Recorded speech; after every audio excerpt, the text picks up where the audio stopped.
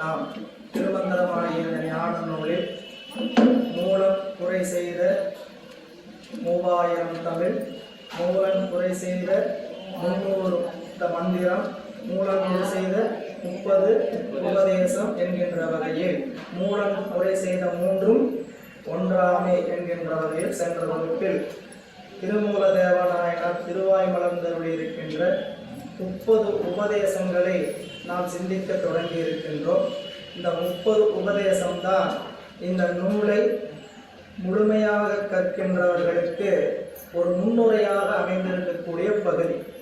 இந்த 30 உபதேசத்தையே நாம் விரிவாக சிந்திக்கின்ற பொழுது ஆழ்ந்த கருத்துக்களை உடையது என்பதை சென்ற வகுப்பில் பார்த்தோம். அந்த நிலையில் இறைவன் முதல் நம்மை எல்லாம் ஆட்கொள்வதற்காக தன்னுடைய பரவெளியாகிய வெளியிலிருந்து இறங்கி வந்து நம்மை ஆட்கொண்டு களிம்பறுத்தான் என்று முதல் பாடலை வெண்ணின்றிழிந்து வினைக்கீடா என்கும் மெய்கொண்டு தன்னின்ற தாளை தலைமேல் வைத்து உள்ளின்று உருக்கியோர் பில ஆனந்த கண்ணின்று காட்டி களிம்பறுத்தானே. அப்படி களிம்பறுத்தவன் யார்? களிம்பறுத்தான் எங்கள் கண்முதல் நந்தி. நந்திய பெருமானாகிய என்னுடைய குருநாதரே என்னுடைய அறிவில் இருக்கக்கூடிய களிம்பை அறுத்தார் என்று காட்டினார். அப்படி களிம்பறுத்தவர் என்ன உபதேசம் செய்தார் என்கின்ற பொழுது 3வது பாடல் இது உபதேசம். குருநாதர் நமக்கு என்ன செய்வார் அப்படின்னு கேட்டீங்கன்னா, அவர் மந்திரத்தை உபதேசம் செய்ததோடு நிற்பதில்லை. அவர் 5 எழுத்து மந்திரத்தை உபதேசம் பண்ணிட்டாரு, அந்த மந்திர உபதேசத்தோடு அவருடைய செயல் நின்று விடுவதில்லை. உபதேசம் செய்து இந்த உலகில் இருக்கக்கூடிய பொருள்களை எல்லாம் காட்டி வெளிகாட்டி அந்த உலகத்தில் இருக்கக்கூடிய பொருள்கள் எல்லாம் நிலையற்ற பொருள் என்று நம் அறிவுக்கு உணர்த்தி நீக்கி பொய் அகற்றி, இதுதான் குருநாதன் செய்கின்ற உபகாரம். அவன் நீ ராஜகுமாரம் பா, நீ சிறுமையில் சின்ன பிள்ளையா இருக்கும்போது அரியா பருவத்தில் போய் தவறி போய் வேடர் கூட்டத்தில் சேர்ந்துட்ட அப்படின்ட்டு பக்குவம் வந்த காலத்து தன்னுடைய தந்தையார் அறிவுறுத்தி மீட்பதைப் போல நாமெல்லாம் ஐம்புலனாகிய வேடரிடத்தில் சிக்கிக் கொண்டு இருக்கின்றோம். 5 வேட்டக்காரங்கள்ட்ட சிக்கிட்டு இருக்கிறோம். அவங்க தங்களுக்கு விரும்பியபடி நம்மை செலுத்தி கொண்டிருக்கிறார்கள். குருநாதன் நம் அறிவுக்குள்ள சிவமாக இருக்கிறார்.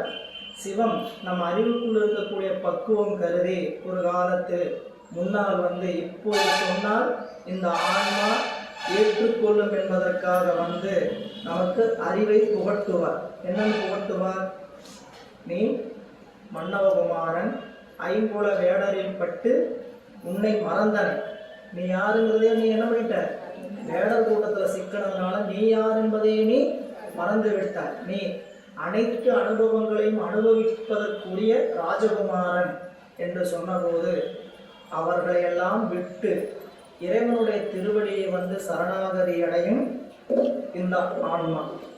8ஆம் நூற்பா சிவஞான போதமும் 8ஆம் நூற்பா சிவஞான சித்தியாரும்.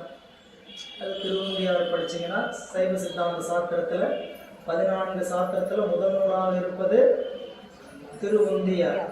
அந்த 14 சாத்திரத்தில் அந்த திருவுந்தியாரில் முதல் பாடல்லையே அகலமாய் யாரும் அறிவறிது அப்பொருள் சகலமாய் வந்ததென்று உந்தி வர தானாக தந்ததென்று உந்தி வர.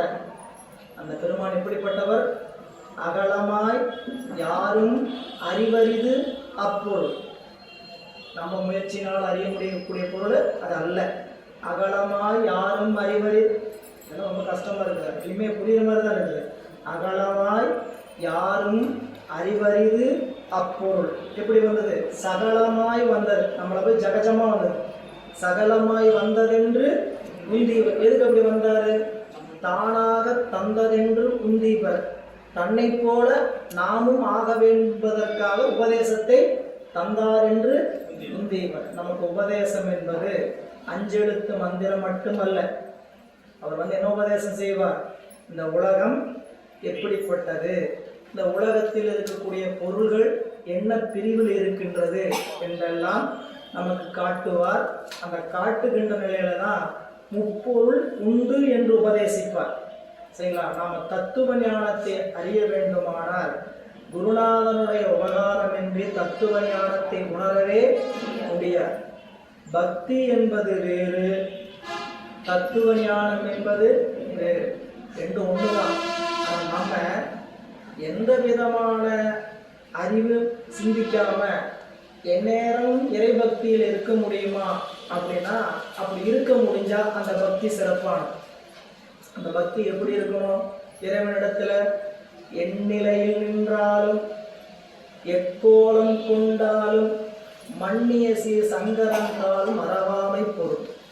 எந்நிலையில் நின்றாலும் எக்கோலம் கொண்டாலும் சிவபெருமானுடைய திருவடியை மறவாமல் இருப்பதுதான் பொருள்.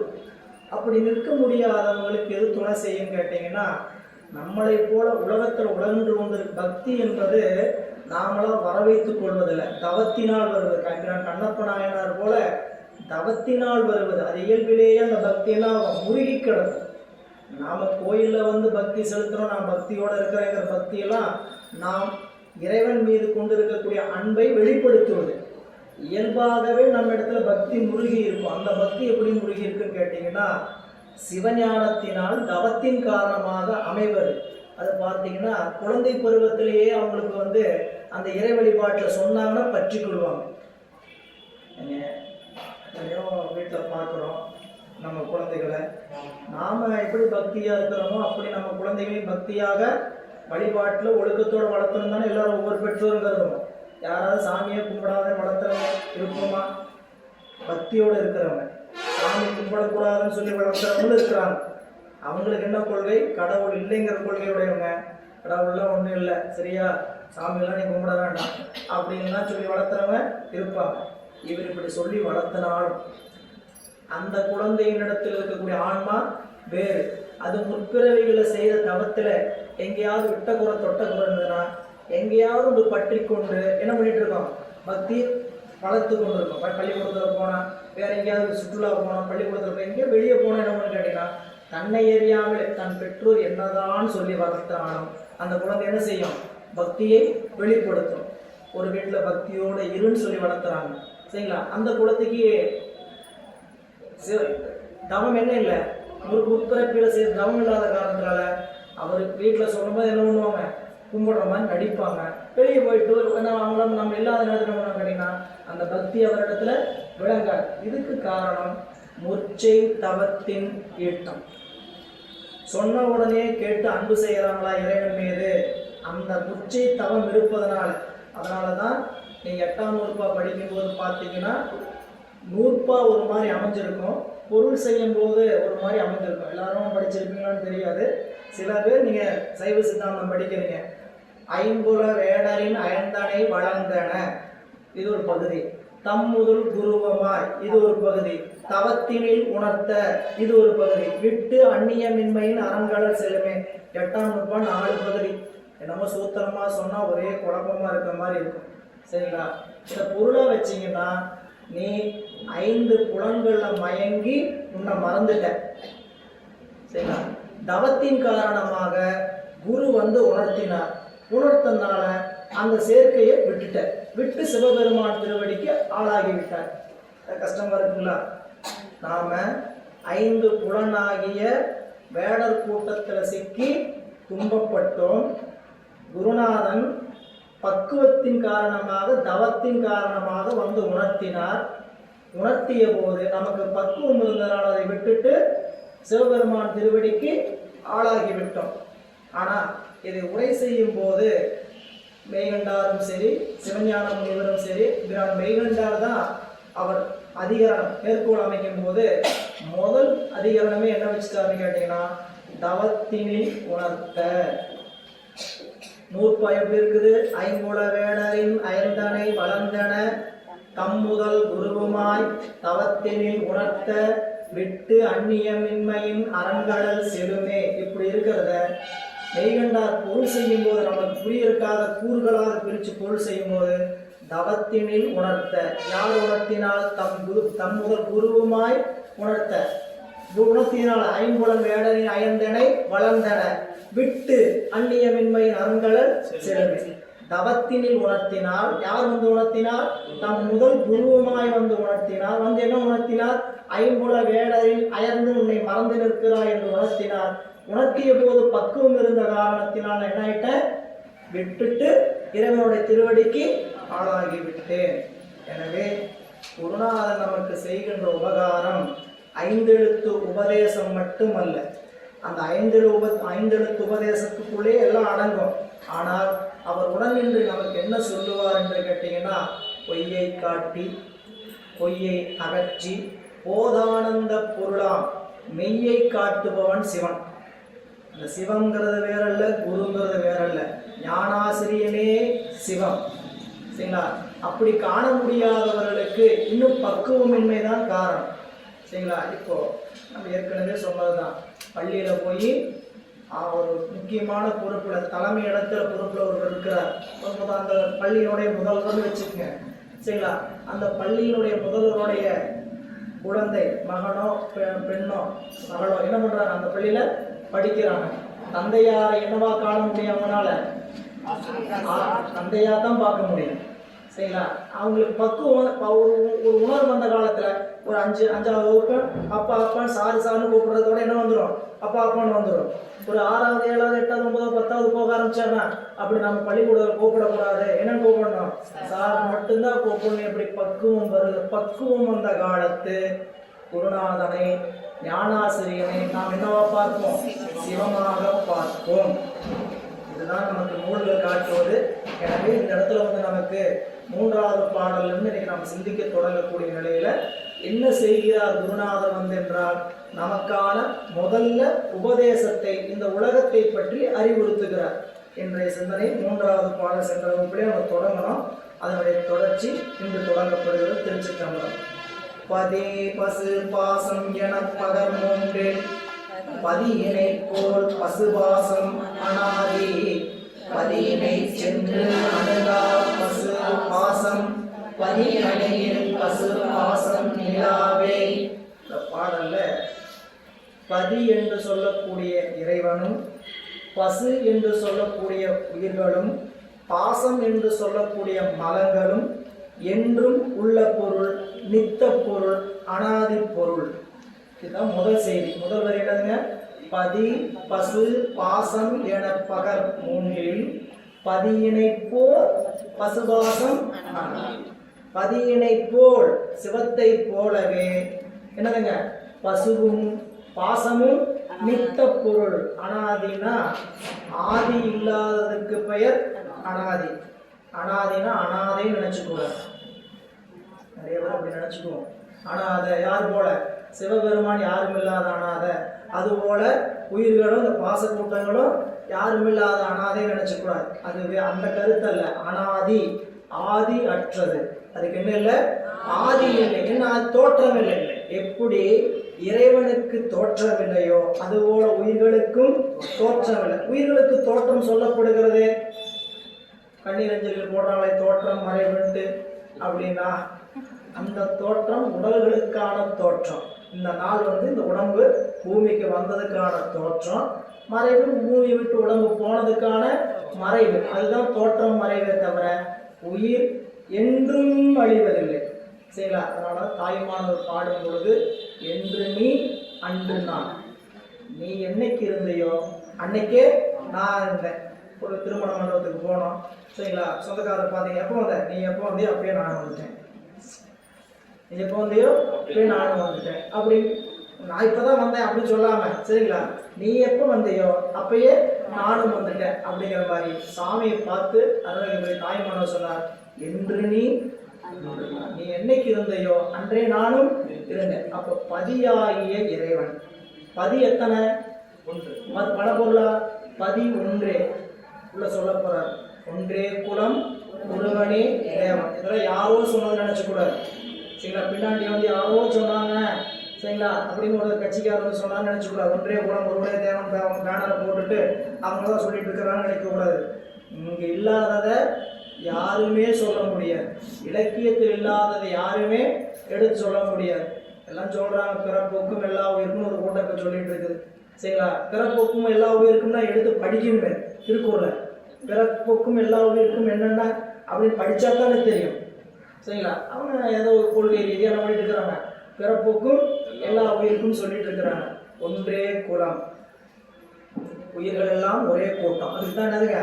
ஒன்றே குலம், உயிர்கள் எல்லாம் ஒரு கூட்டம், ஒருவனே தேவன், இறைவன் ஒருவன். அப்போ பதி ஒன்று.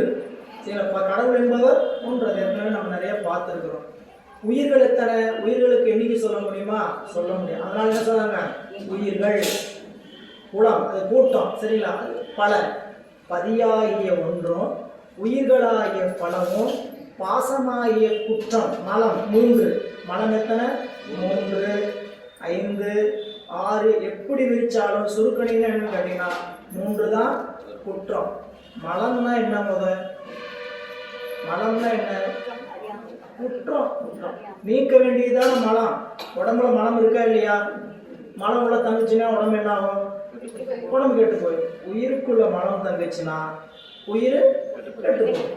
உடம்புல இருந்து எப்படி மலத்தை நீக்கணுங்கிறத காலங்காத்தால் எழுந்தோன்னு நினைக்கிறோமோ அதே மாதிரி என்ன பண்ணணும்? உயிரிலிருந்து மலம் நீங்க வேண்டும் தினந்தோறும் காலையில் நினைக்கணும். காலையில் எழுந்தோன்னே தன்னை போல நம்ம காலை கடனுக்கு செல்றோமா இல்லையா? இல்லைங்களா? ஏன் உடம்பு கெட்டு நமக்கு உடம்பு மலத்தை நீக்க. அதுபோல உயிரில் இருக்கக்கூடிய மலம் நீங்க வேண்டும் என்று நாம் ஒவ்வொருவரும் நினைக்கணும். சரிங்களா? அதுதான் அந்த மலத்தை நீக்குவதற்கான தொழில் செயற்பாடு. எனவே மலம் என்று சொல்லக்கூடிய 3 ஆணவம், கண்மம், மாயைன்னு சொல்லலாம். 3ஆ சொன்னா. 5ஆ சொன்னா ஆணவம், கண்மம், சுத்தமாயை, அசுத்தமாயை, திரோதான சக்தி.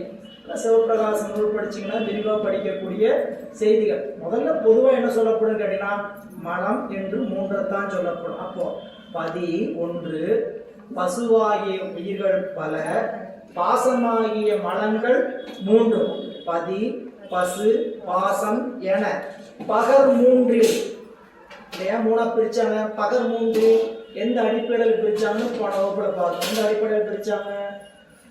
எந்த அடிப்படையில் இது பிரிக்கப்படுகிறது? எந்த அடிப்படையில் பிரிக்கப்படுகிறது? போன வகுப்புல பார்த்தோமா இல்லையா? இந்த 3 எந்த அடிப்படையில் பிரிக்கப்படுது? அறிவு அடிப்படையில் பிரிக்கப்படுகிறது. உண்மையெல்லாம் சொன்னோம். கடைக்கு போய் தேங்காய் வாங்கினீங்கன்னா கூறா போட்டுருக்கிறாங்க. 20 ரூபாய்க்கும் கிடைக்குது, 30 ரூபாய்க்கும் கிடைக்குது, 50 ரூபாய்க்கும் கிடைக்குது. ஏன்னு கேட்டால் தரம் பிரித்து வச்சிருக்கிறாங்க. அதுபோல இறைவனுடைய பதியினுடைய தரம் என்னன்னு கேட்டா தானே விளங்குகின்ற அறிவு. உயிரினுடைய தரம் அறிவித்தால் அறிகின்ற அறிவு. பாசமாகிய மலம் சடங்கள் அவையெல்லாம் அறிவித்தாலும் அறியாது. இந்த 3 தான் தரம். இறைவனுடைய தரம் அறிவிக்காமலே அறிவார். பசு அறிவித்தாலன்றி அறியார். பாசம் அறிவித்தாலும் அறியார். இதுதான தரம். அதான் என பகர் 3. ஏன் 3ஆ பிரிக்கப்பட்டது அப்படின்னா அதுல பதியினை போல் பசுபாசம் காணாது. இறைவனை போலவே பசுவும் பாசங்களும் அனாதி நித்த பொருள். அனாதின்னு அங்க என்ன கூட்டணும்? அனாதி நித்த பொருள், தோற்றமும் அழிவும் இல்லாதது. இதுல பதியினை சென்றணுகா பசு பாசம். பதியாகிய சிவத்தை பசு தன் முனைப்பினாலும் சென்று அணுக இயலாது. பதியாகிய சிவத்தை பாசம் சென்று அணுக முடியாது. இதை சொல்லும்போது பார்த்தீங்கன்னா 6ஆம் 7ஆம் வகுப்பா படிச்சிருப்பீங்க. அப்படியானுங்க. படிக்காதவங்க இனிமேல் படிக்க போகிறோம். படித்தவங்க தெரிஞ்சுக்குங்க. சரிங்களா? யாவையும் சூனியம் சத்தெதிர், சத்தே அறியாது, அசத்திலது அறியாது. இந்த நூற்பாவில் உயிரினுடைய லட்சணம் சொல்றார். யாவையும் சூனியம் சத்தெதிர். சத்துனா சிவம். சத்துங்கிறது 3 தான் சத்து. சிவமும் சத்துனானுங்க நிலைத்த பொருள், அழியாத பொருள். சிவமும் நிலைத்த பொருள் தான், உயிர்களும் நிலைத்த பொருள் தான், பாசங்களும் நிலைத்த பொருள். ஆனா மற்ற 2க்கும் தோற்றக்கேடுகள் உண்டு. கவனிங்க. தோற்றக்கேடுனா தோன்றுதல் அழிதல் கேடு இல்லை, மாற்றம் அடையக்கூடிய தன்மை உண்டு. உயிருக்கு என்ன உண்டு? விகாரம் உண்டு. சடப்பொருளுக்கு என்ன உண்டு? விகாரம் உண்டு. சடப்பொருள் என்ன ஆகும்? தோன்றும், நிற்கும், அழியும். தோன்றி நின்று அழிதல்னு கேட்டீங்கன்னா காரணத்திலிருந்து காரியத்துக்கு வரும், மீண்டும் காரியத்திலிருந்து காரணத்துக்கு போகும். உயிருக்கு என்ன விகாரம்? உயிருக்கு என்ன விகாரம்? உயிர் சலிப்பு தோன்றும், விகாரம் அடையும். உயிர் எந்த உடம்பு எடுக்குதோ உடம்புக்கு தக்க அறிவை பெறும். அப்ப இதெல்லாம் உயிருக்கும் சடப்பொருளுக்கான விகாரம். ஆனால் இறைவனுக்கு ஒருபோதும் எது இல்லை, தோற்றக்கேடு. அதனால அவன்தான் உண்மையான சத்து பொருள். மற்ற ரெண்டு சத்து பொருளாலும் அவையில எப்படிப்பட்ட சத்து பொருள்? தோற்றமும் கேடும் உடைய சத்து பொருள். எனவே பதியினை போல் பசுபாசம் அனாதி, பதியினை சென்று அணுகா பசு பாசம். அந்த இடத்துல எப்படி பொருள் வச்சுக்கணும்னு கேட்டீங்கன்னா, பதிய போயே பசுவாகிய உயிர்கள் தானாக தன்னுடைய முயற்சியினால் அடைய முடியாது. அதாவது பசு போகத்தினால் அடைய முடியாது. என்ன போகத்தால் அடைய முடியும்? சிவபோகத்தால் தான் அறிய முடியும். ஜீவபோகத்தால் அறிய முடியாது, சிவபோகத்தால் மட்டும்தான் அறிய இயலும். சரிங்களா? இப்போ பதியினை சென்று அணுகா பசு அப்படி வச்சுங்க. பசு பதியை சென்று அணுக மாட்டாது. அடுத்தது பதியினை சென்று அணுகா பாசம். பாசமும் எப்படின்னு கேட்டீங்கன்னா போய் இப்போ இறைவனை பற்ற மாட்டாது. அதுக்குதான் 7ஆம் நூற்பாளர் யாவையும் சூனியம் சத்தெது, எல்லா பொருள்களும் இறைவன் முன்னால் விளங்கி தோன்ற மாட்டார், அவருக்குள்ள அடங்கிதான் இருக்கும். யாவையும் சூனியம் சத்தெது ஆகலின் சத்தே அறியாது, சிவபெருமான் அறிய மாட்டான் அப்படின்னு சொன்னா என்ன குற்றம் வந்துடும்?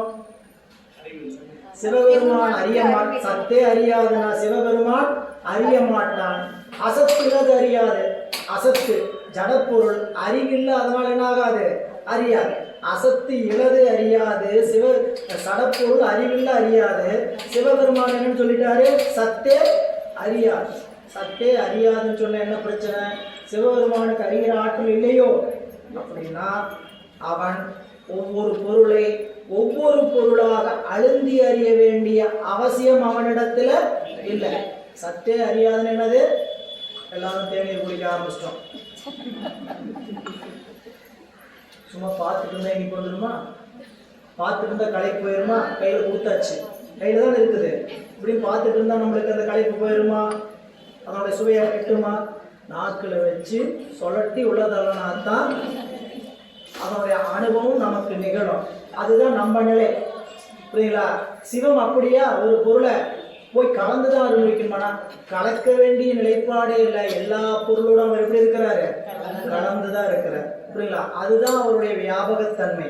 நம்மளோட வியாபகத்தன்மை எப்படின்னு கேட்டீங்கன்னா, எல்லாவற்றிலும் கலக்கணும், கலந்தாதான் நமக்கு அனுபவம். சிவத்தினுடைய அனுபவம் எப்படின்னு கேட்டீங்கன்னா, ஒவ்வொரு பொருளையும் கலந்துதான் இருக்கிற நீக்கமர நிற்றல். அதுக்கு பேர் தான் இதுங்க, நீக்கமர நிற்பது. எங்கும் நிறைந்து நிற்றல், அதுவாக நிற்றல். அதனால என்ன சொன்னார்? யாவையும் சூனியம் சத்து எதிர் ஆகலையும். ரொம்ப கஷ்டமாலும் நூற்பாக படிக்கூடாது. புரியலன்னா சொல்லுங்க, நான் உங்களுக்கு புரியுதா இல்லையா புரிய வச்சிடறேன். யாவையும் சூனியம் சத்தது, எல்லா பொருள்களும் சிவத்தின் முன்பு விளங்கி தோன்ற மாட்டான். ஆகவே சத்தே அறியாது.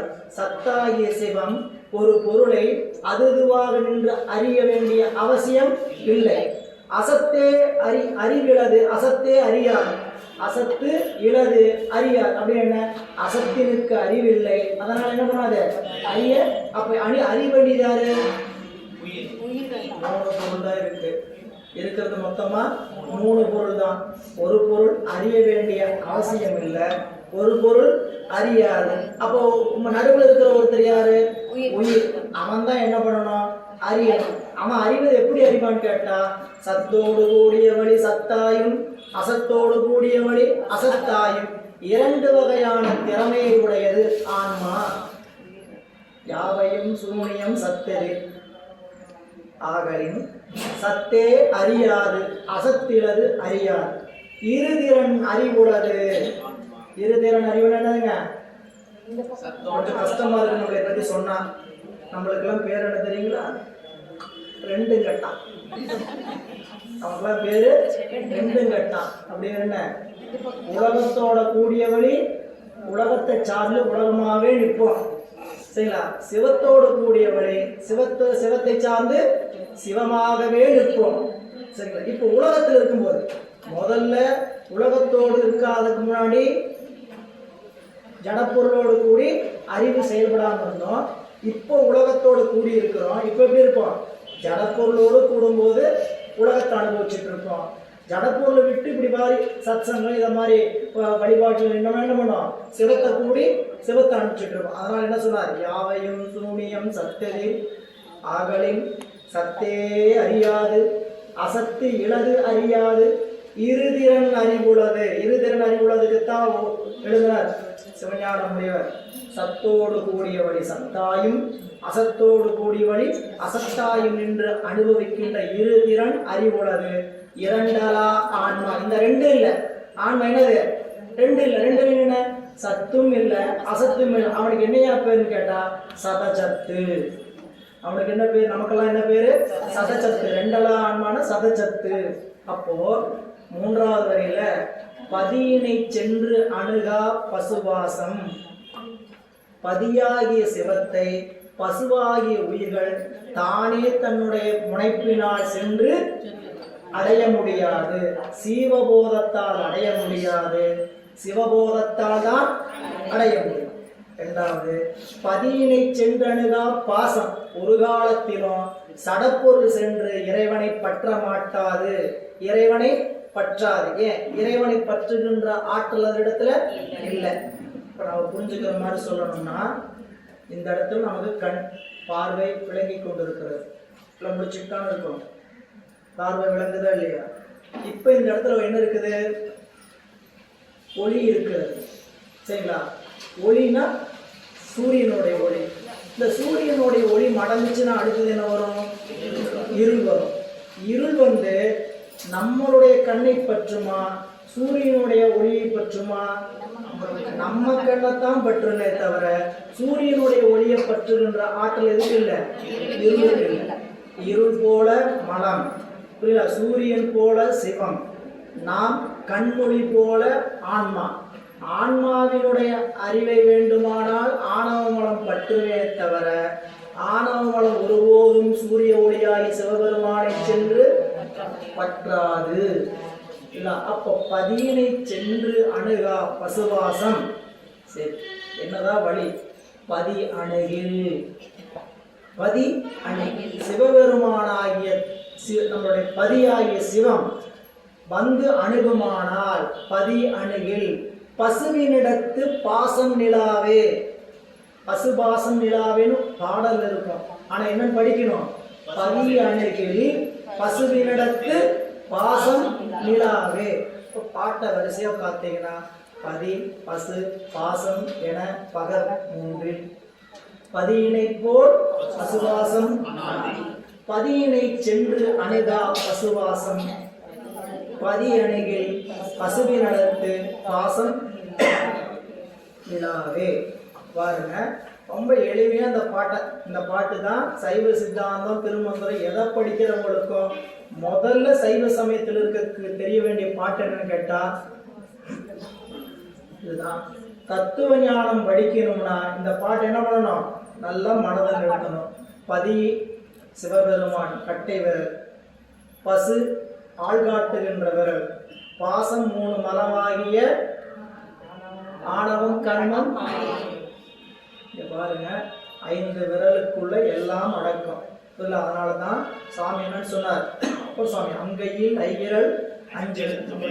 ஞானசம்பந்த பெருமான் அங்கையில் ஐவிரல் அஞ்செழுத்துமே சொன்னார். இந்த கையில கட்டை விரல் பதி, ஆள்காட்டி விரல் பசு, மீதம் 3 இருக்கக்கூடிய விரல் ஆணவம் கண்மம் மாயை என்று சொல்லக்கூடிய பாசம். இந்த ஆள்காட்டி விரல் எப்பொழுதும் எதனோடு சேர்ந்து இருக்கிறது?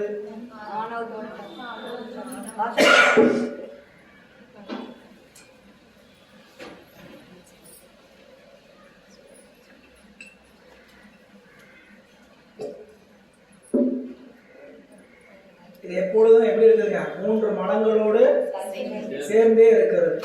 இது தானாக வந்து இந்த கட்டை விரலை வந்து எந்த முயற்சியும் இல்லாமல் பற்ற முடியாது. கட்டை விரல் அசிச்சு கொடுக்காம கட்டை விரல் நமக்கு துணை செய்யாம இந்த ஆள்காட்டி விரல் என்ன ஆகாது, தானாக வந்து கட்டை விரல பற்ற முடியுமா பாருங்க. நீங்க இப்படி வேணா பிடிச்சிக்கலாம், இப்படி வேணா பிடிச்சிக்கிட்டு தான் வந்து பிடிக்கணுமே தவிர என்ன பண்ண முடியாது. கட்டை விரலாகிய பதியை பசுவாகிய ஆன்மா வந்து தானாக அதனுடைய முயற்சி இல்லாம பற்ற முடியாது. இது கொஞ்சம் வளைஞ்சு கொடுத்தா தான் என்ன ஆகணும், இறைவனுடைய அருள் இருந்தால் மட்டுமே உயிர்களாகிய நாம் சென்று இறைவனுடைய திருவடியை பற்ற முடியும். இதுதான் உபதேசம். தென்முக பரமனாகிய தட்சிணாமூர்த்தி அமர்ந்து செய்த உபதேசம். கல்லாலின் உடையமர்ந்து நான்மறை ஆரங்க முதல் கற்ற கேள்வி வல்லார்கள் நால்வர்க்கும் வாக்கிறந்த பூரணமாய் மறைக்கு அப்பாலாய் எல்லாமாய் அல்லதுமாய் இருந்ததனை இருந்தபடி காட்டு. இதை அப்படிதான் காட்டினார். இருந்தபடியானதுங்க, நீ இந்த கூட்டத்தோட இருக்கிற, இதை விட்டுட்டு எங்க வரணும், இதோட வரணும். இதுதான் நமக்கான உபதேசம். ஏதோ உங்க முத்திரை வச்சு உட்கார்ந்து இருக்கிறார், என்ன முத்திரை நினைச்சு கூடாது. நமக்கான உபதேசம் என்னன்னா, இந்த மூன்றையும் விட்டு விட்டு வருக, நான் உனக்கு துணை செய்வேன். இதுதான் சின்முத்திரை. இப்படி சின்முத்திரையில பதியாகிய இறைவன், பசுவாகிய உயிர்கள், பாசமாகிய மலங்கள் மூன்றும் நித்தம். இந்த ஐந்தும் கூடியிருக்கிற வழி பதியினை சென்றணுகா பசுபாசம். பதியினை சென்றணுகா பசுபாசம். ஆனால் பதி அணுகில் பதியாகி இறைவன் விரும்பினால் என்னங்க, நம்மளை வந்து இந்த உயிர்கள் சார வேணும் அப்படின்னா பசுவினிடத்து பசுபாசம் நிலாவே. இயல்பாகவே இந்த 5 விரலுக்கு அப்படி ஒரு தன்மை. கட்டை விரல் இல்லாமல் நம்மளால என்ன பண்ண முடியாது, எந்த தொழிலையும் எளிமையாக செய்ய முடியாது. கட்டை விரல் இருந்தால் தான் என்ன பண்ண முடியும், தூக்கணும், பிடிக்கணும், ஏதாவது இப்படி இல்லாதவங்களுக்கு நாங்கள் அவங்க இந்த தொழிலை எளிமையாக செய்ய முடியாது. அப்போ இந்த கட்டை விரலை போல சிவமின்றி எந்த பொருளையும் நாம் என்ன பண்ண முடியாது, அனுபவிக்க. சிவமின்றி எந்த தொழிலும் நிகழாது. உடம்புக்குள்ள வச்சிருக்கிறாரு சுவிட்சு முட்டை, இங்க வச்சு காட்டுறாரு பெருமான். அப்போ ஆள்காட்டி விரல், ஆள்காட்டி விரல்னா இந்த ஆளைத்தான் காட்டுமா? ஆள்காட்டி விரல்னா இது ஆளை மட்டும்தான் காட்டுமா? ஆள் என்பது ஆள் என்பது அடிமைன்னு அர்த்தம். ஆள் என்பது என்ன போலுங்க, எனக்கு அவன் ஆள் அப்படின்னு அர்த்தம், நான் வேலைக்காரன், எனக்கு அடிமைன்னு அர்த்தம். சரிங்களா? ஆள்காட்டி விரல்னா இந்த ஆள் அடிமையை சுட்டுகின்ற விரல் இந்த விரல். ஆளைத்தான் காட்டுன்னு வச்சுக்காதீங்க, அதை வேணா காட்டும் ரோட்ல போறது. சரிங்களா? இது ஆளை மட்டும்தான் காட்டுறேன். ஆள் காட்டினா இறைவனுக்கு நாம் ஆள். புரியுதா? அதனாலதான் நம்ம ஆள் அல்ல, நம்ம ஆள் நாமளும் நினைச்சுட்டு இருப்போம் ஆளுன்ட்டு. நானும் சிவபெருமானுக்கு ஆள் தான். ஆளுன்னு சொல்றது வேற, உணர்வோட நிற்கிறது வேற. புரியுங்களா? அவர் ஆள் அல்லேன்னு முதல் சொன்னார். யாருங்க? சுந்தரமூர்த்தி நாயனார் என்ன சொன்னாங்க? ஆள் அல்லேன், நான் உனக்கு ஆள் அல்லேன் அப்படின்னு. கடைசியில் என்ன சுவாமி, நீ ஆள் தாண்டா அப்படின்னாரு, நீ எனக்கு அடிமைதான் அப்படின்னு சொன்னார். அப்புறம் என்ன பண்ணாரு சாமி, ஆளல்லேன் எனலாமே படனாரில் ஓலை காட்டி பெண்ணை நல்லூர் பழமை ஆவணம் காட்டி அடியனாய் என்னை ஆளுது கொண்ட நற்பதத்தை நல்லாரனை அமுதை நாயினேன் மறந்து என் நினைக்கேனே அப்படின்னு பாடலாறு நல்லாட்டு திருப்பதி இருக்கிறார். கற்பகத்தினை கனகமால்வரையை காமகோபனை கண்முதலானை சொற்பத பொருள் இருளறுத்தருளும் தூய சோதியை பெண்ணை நல்லூரில் அற்புதப்பட ஆவணம் காட்டி அடியனாயனை ஆளது கொண்ட அடியனாயனை ஆளது கொண்ட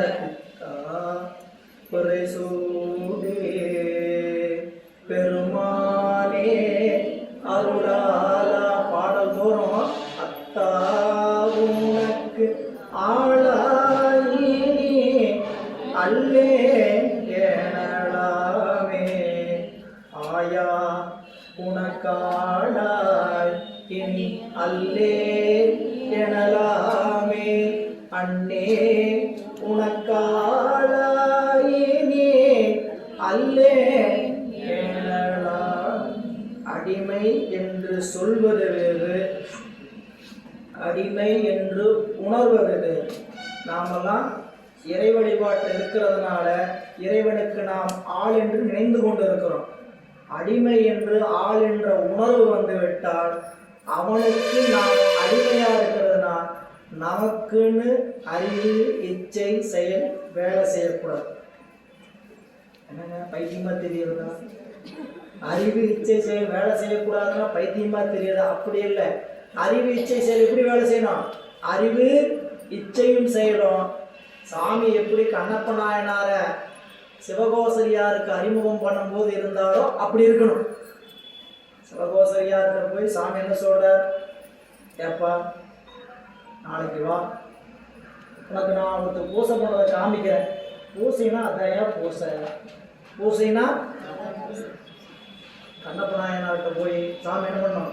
எப்போ என்னப்பா நீ பண்ணிட்டு இருக்கிற, மிதிக்கிற துப்புற என்னென்னவோ பண்ணிட்டு இருக்கிற, இதுக்கு பேரையா பூசை? நாளைக்கு காலையில் வா, சிவகோசரியார்னு ஆகமம் படித்தவர் ஒருத்தர் வருவார், பூசைன்னு எப்படி நம்ம பார்த்து தெரிஞ்சுக்க தெரியல அப்படின்னு யார்கிட்ட போய் சொல்லியிருக்கணும்?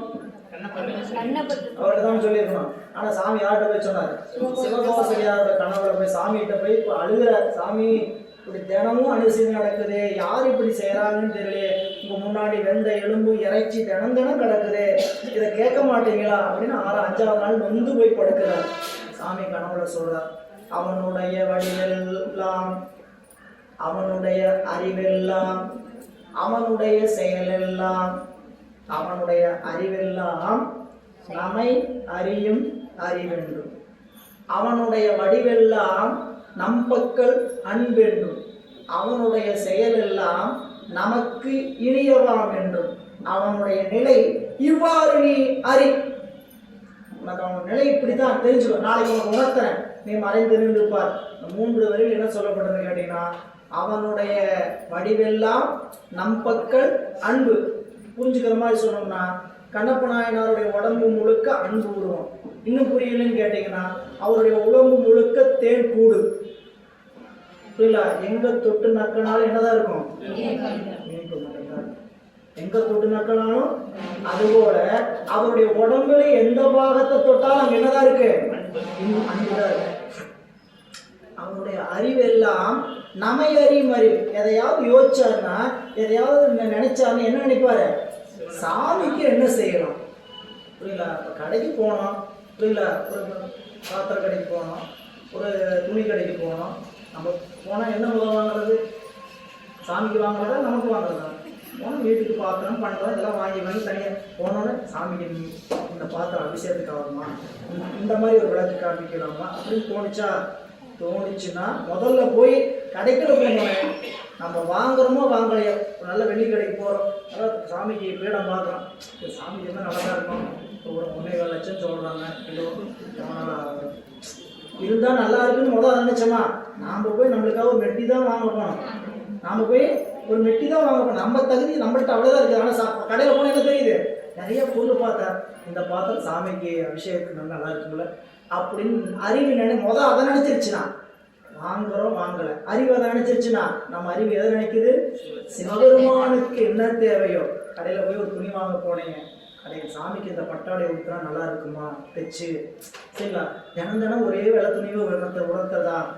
சாமிக்கு மாற்று பரிவட்டம் கட்டுறோம் இல்லையா, பரிவட்டம் ஒரே மாதிரி துணி கொடுக்குறதா? கடைக்கு போனோம், மளிகை கடைக்கு போனால் சரிங்களா, தினமும் திராட்சையே பார்க்க காமிச்சு அவர் போடுறதா? ஒரு நாளைக்கு நெற்புரி, ஒரு நாளைக்கு முந்திரி, ஒரு நாளைக்கு கல்கண்டு, ஒரு நாளைக்கு சாமிக்கு அபிஷேகம் நெய், இந்த மாதிரி நெய்வேதியம் எப்படி விரும்பின மாதிரி நாம் அப்படி தானே சாப்பிடணும். காலையில் சாப்பிட்டு நாளைக்கு காலையில் இருந்ததுன்னு என்ன சொல்லுவார் வீட்டில்? சரிங்க, நேற்று அதே இன்னைக்கு அதேவா? சரிங்க, நேற்று வச்சது சட்னி, நேற்று அரைச்சா அதையே இன்னைக்கு அரைக்கல, நேற்று அரைச்ச சட்னி ஏன் இன்னைக்கு வச்சுருக்கீங்க? ஏன்னா போகலாமா? நீங்கள் எவ்வளோ கஷ்டப்பட்டு உழைச்சிட்டு வரீங்க போகிற போக்கில். சரியா, நம்மளுக்கு பேசுகிற மாதிரியே நீங்கள் எவ்வளோ கஷ்டப்பட்டு உழைச்சிட்டு வரீங்க, உங்களோட வயிற்று வீணாகலாமா? அதனால் என்ன பண்ணுறது? எடுத்து வச்சு அதே சரி. அப்புறம் இன்னொரு பதில் வரும், எங்கள் இருக்கிற 2 பேர்த்துக்கு எத்தனை தடவை அரைக்கிறது? இருக்கிறது நீங்கள் நானும், சரியா? இருக்கிற 2 பேர்த்துக்கு எத்தனை அரைக்கிறது? ஒரு சட்னி அரைக்கணும்னா 2 நாளைக்கு ஆகிற மாதிரி அரைச்சா தான் அரைக்க முடியும். ஒரு நாளைக்கு ஆகிற மாதிரி 2 சில்லு தேங்காய் போட்டு இத்தினோடு பொட்டுக்களை போட்டால் அரைக்க முடியும் அப்படின்ட்டு என்ன பண்ணுவாங்க? அதையும் கேட்பாங்க. அப்போது வழிபாட்டுக்குரிய பெருமானுக்கு பயன்படுத்துகிற ஒரு பொருளை வாங்கணும்னு நினைப்பு, அந்த செயல் எதை செஞ்சாலும் செயல் எடுத்து செய்யும்போது அந்த செயல் அவரை தவிர வேறு எதையும் நினைக்காத செயல். அதனாலதான் அவனுடைய வடிவெல்லாம் நம்பக்கள் அன்பென்றும், அவனுடைய அறிவெல்லாம் நம்மை அறியும் அறிவென்றும், அவனுடைய செயலெல்லாம் நமக்கு இனியவாம் என்றும். அவன் இப்படி பண்றான் அப்படி பண்றான் நினைச்சிட்டு இருக்கிற எனக்கு அதெல்லாம் எப்படி இருக்குது, ரொம்ப சந்தோஷமா இருக்கியா அவன் செய்யறதெல்லாம்.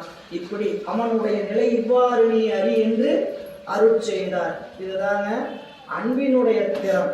அப்போ ஒரு அறிவு, இச்சை, செயல் மூன்றும் இறைவனை மட்டுமே நினைந்து கொண்டிருக்கிறதுக்கு பேர் தான் என்ன பேரு, நாம் அவனுக்கு அடிமை அப்படின்னு உணர்ந்து இருக்கிறோம். இப்ப சொல்லுங்க, நம்மளாம் அவனுக்கு அடிமைன்னு உணர்ந்து இருக்கிறோமா?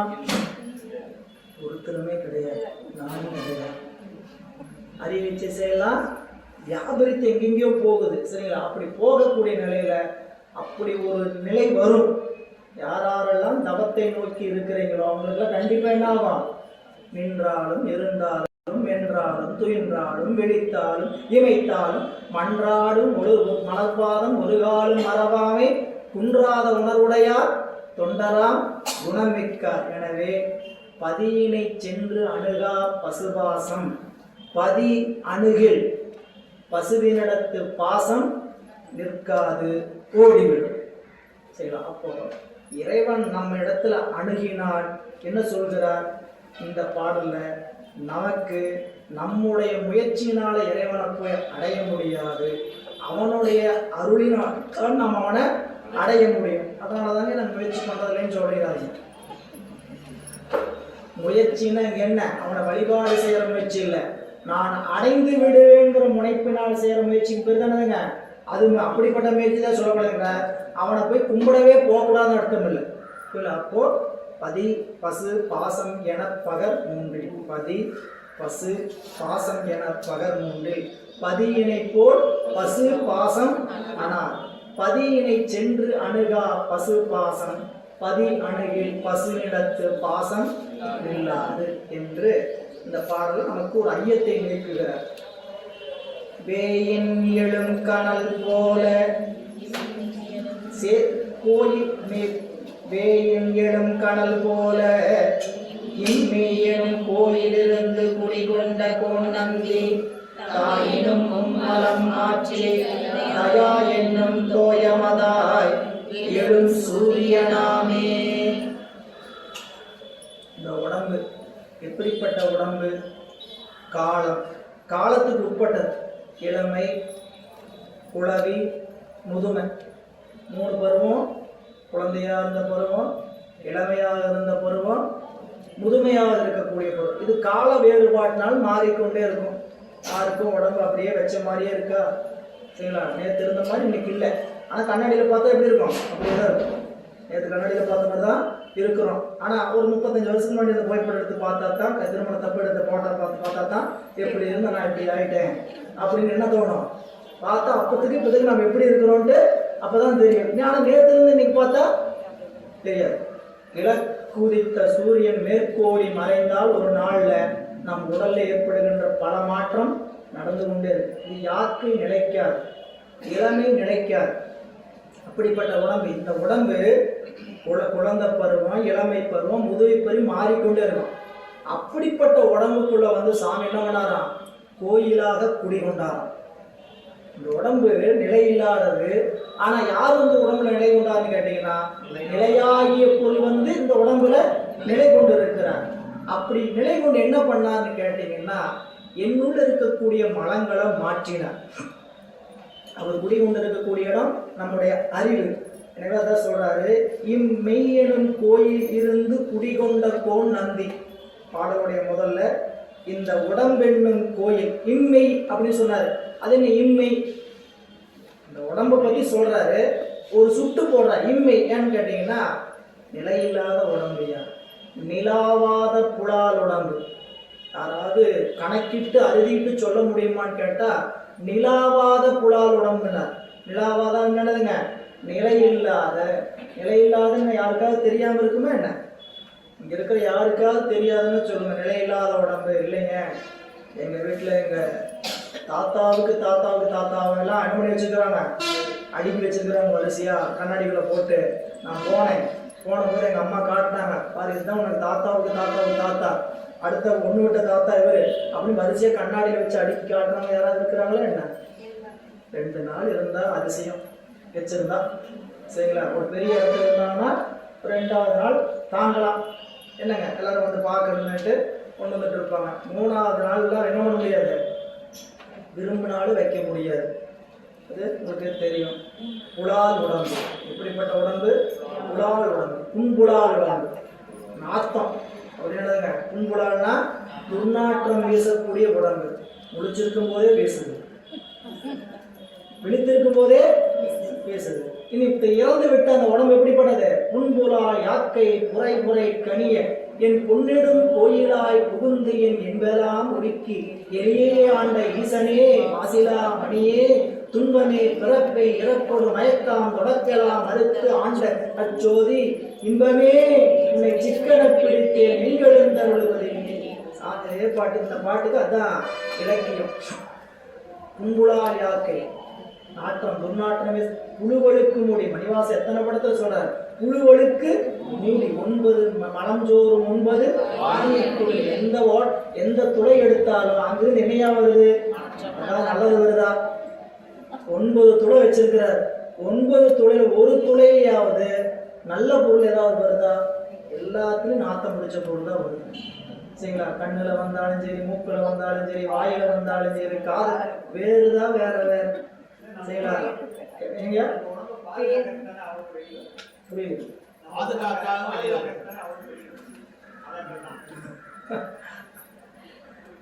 அந்த மலம் என்பது எப்படி இருக்குது, வேற வேறு பேர்ல இருக்குதே தவிர, ஆனா எல்லாமே ஒரே கண்ணுல வந்தா கண்ணீர் உப்பு கறிக்குது, காதுல வந்தா செய்து, மூக்குல வந்தா சளி, வாயில வந்தா எச்சி, கீழே துர்நாற்றமா வந்தா மலம் சிறுநீர். இது இல்லாம உடம்புல உருப்பட்ட தொலை இருக்குது.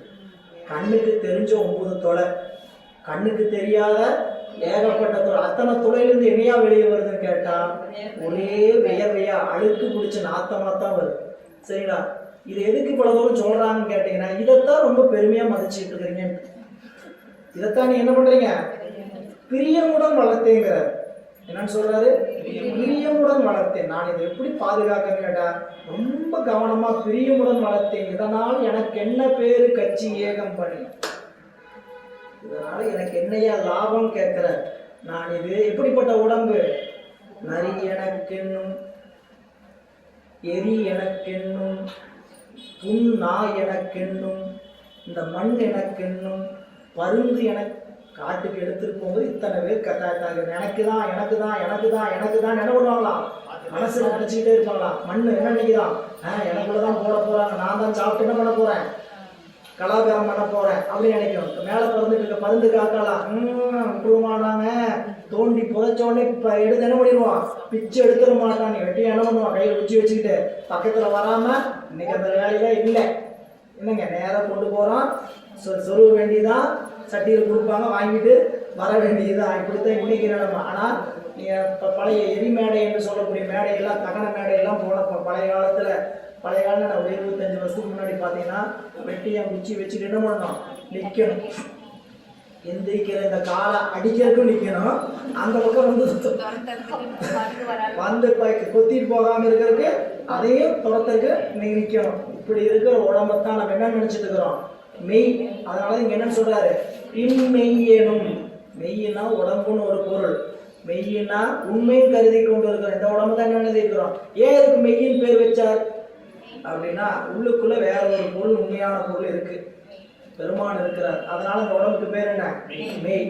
ஆனா இந்த உண்மையா உடம்பு மெய் இல்லை. இந்த உடம்பு போய் இறைவன் என்ன பண்ணியிருக்கிறாரா, கோயிலா இம்மெய்யனும் இழிவு என்னங்க, இம்மெய்ய.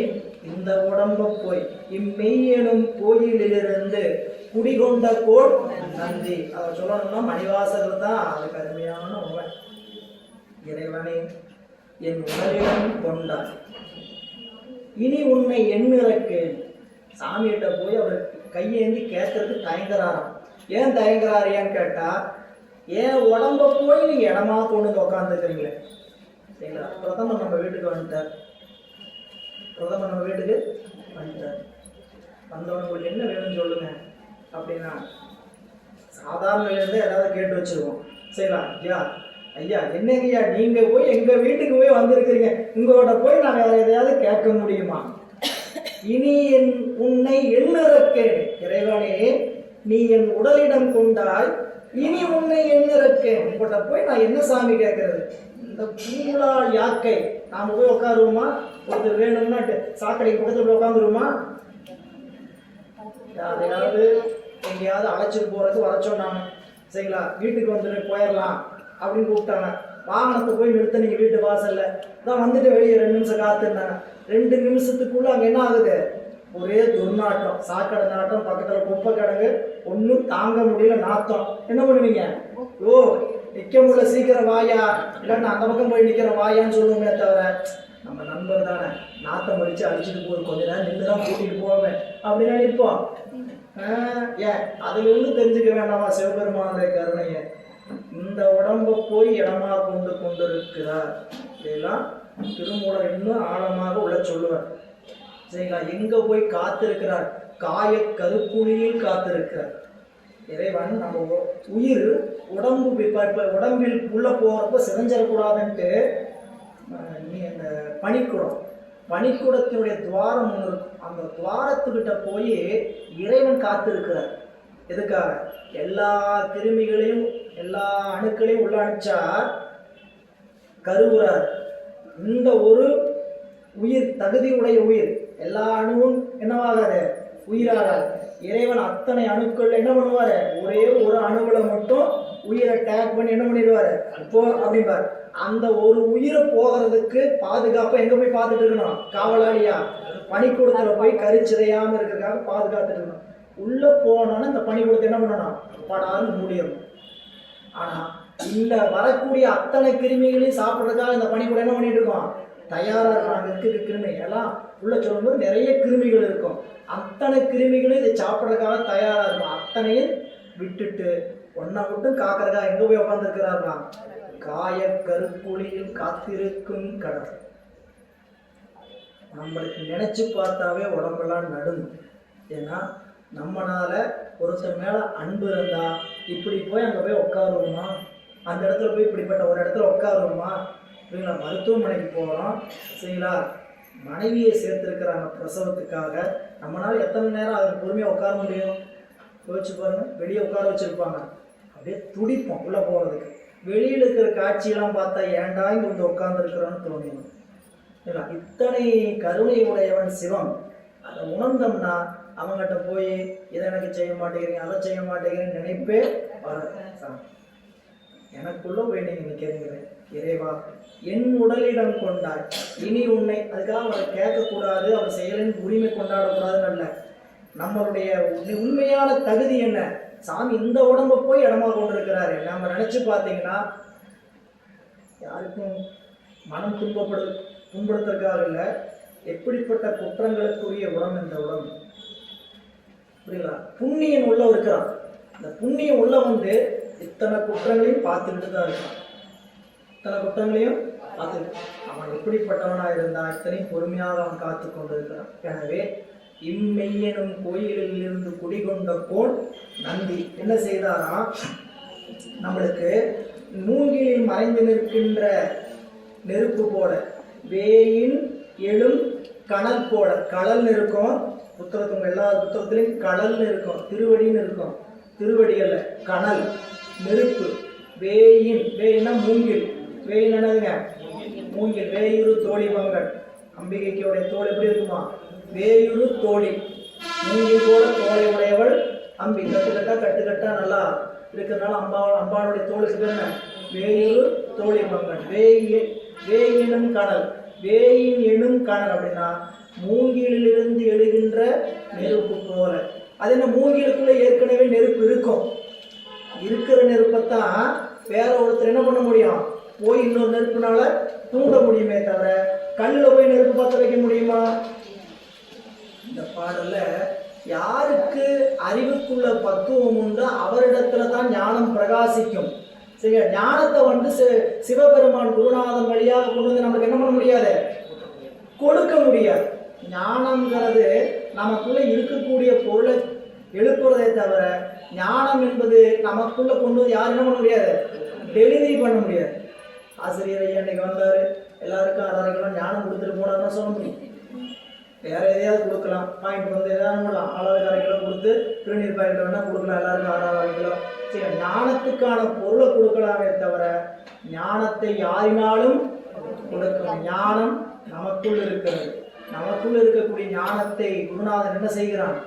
தூண்டுகிறான். வேயின் எழும் கனல் போல, மூங்கிலுக்குள்ள இருக்கக்கூடிய நெருப்பு தூண்டப்படுவது போல பாரு. இன்மையிலும் கோயிலிருந்து குடிகொண்ட போனது என்ன செய்தார்?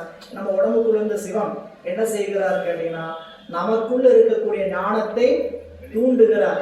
இது போல வேயின் எழும் கனல் போல தாயினும் மும்மலம் மாற்றி, அப்படி அவர் மூங்கிலில் இருக்கக்கூடிய தீ வெளிப்பட்டு காலத்தில் வெளிப்பட்டு விளங்குவது போல ஆன்மாவின் பக்குவ காலத்தில் மும்மல இருளை நீக்கி, நமக்குள்ள இருக்கக்கூடிய மலம் சொல்றார், தாயினும் மும்மலம் மாற்றி, தாயினும் மும்மலம் மாற்றி, தாயினும் மும்மலம் மாற்றி அப்படின்னா இந்த மும்மலப்பிணி என்பது உயிருக்கு இருக்கக்கூடிய குற்றம்.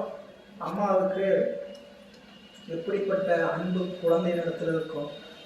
நமக்கு மலம் கட்டிடுச்சு, மலம் வரல. மலம் வரலைன்னா அந்த தாய் என்னென்னலாம் செய்வான்னு யோசிச்சு பாருங்க.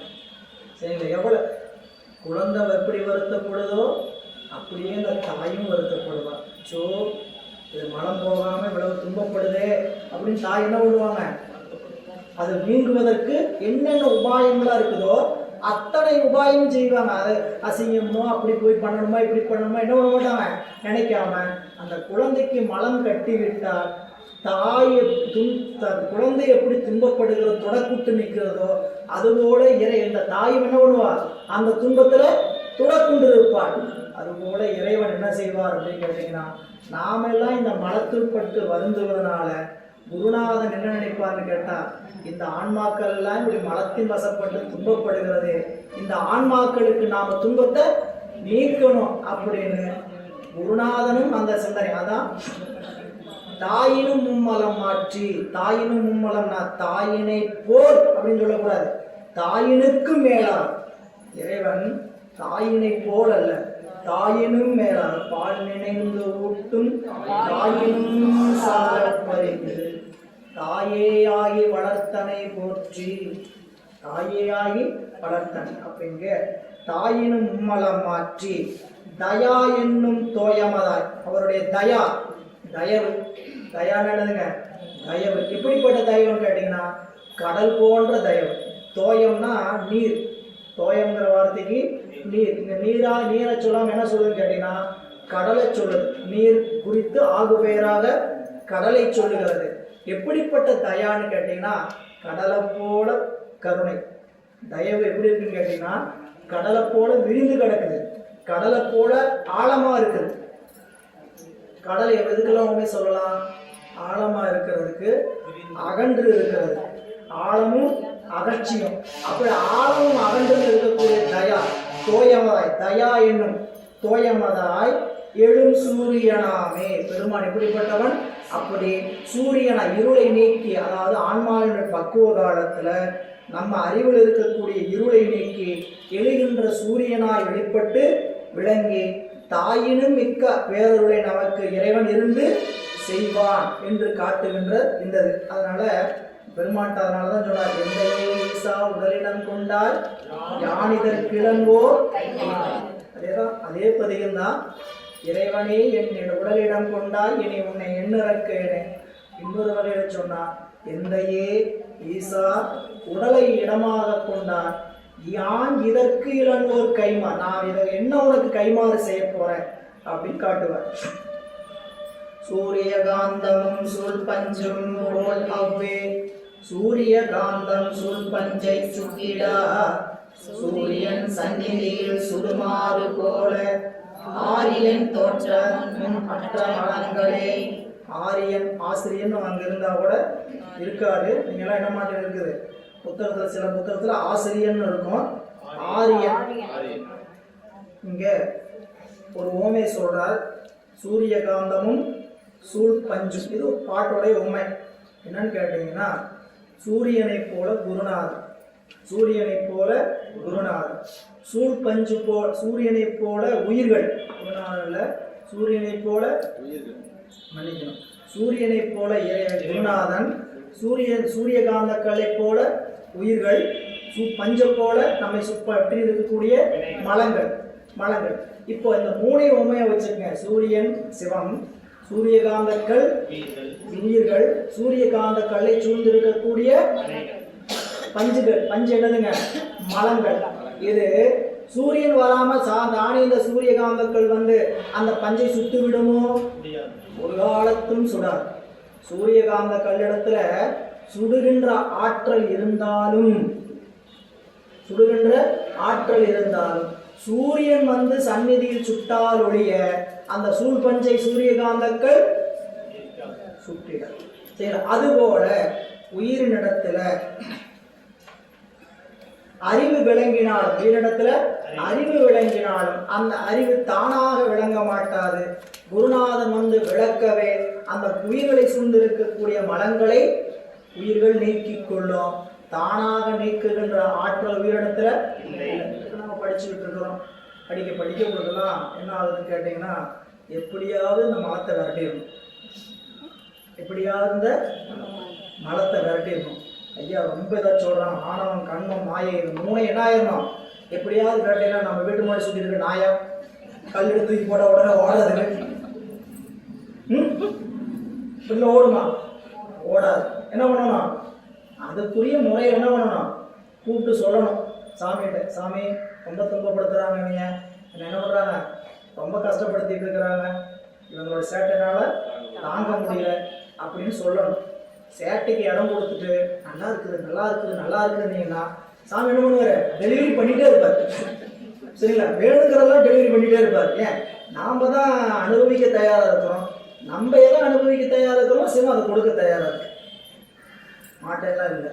உலகத்தை அனுபவிக்கணும் ஆசை இருந்தா உலகத்தை அனுபவி, நல்லா அனுபவி அப்படின்னு அதுக்கு என்ன பண்ணிட்டே இருப்பார்? வேணுங்கிறதெல்லாம் கொடுத்து கொண்டே இருப்பார்.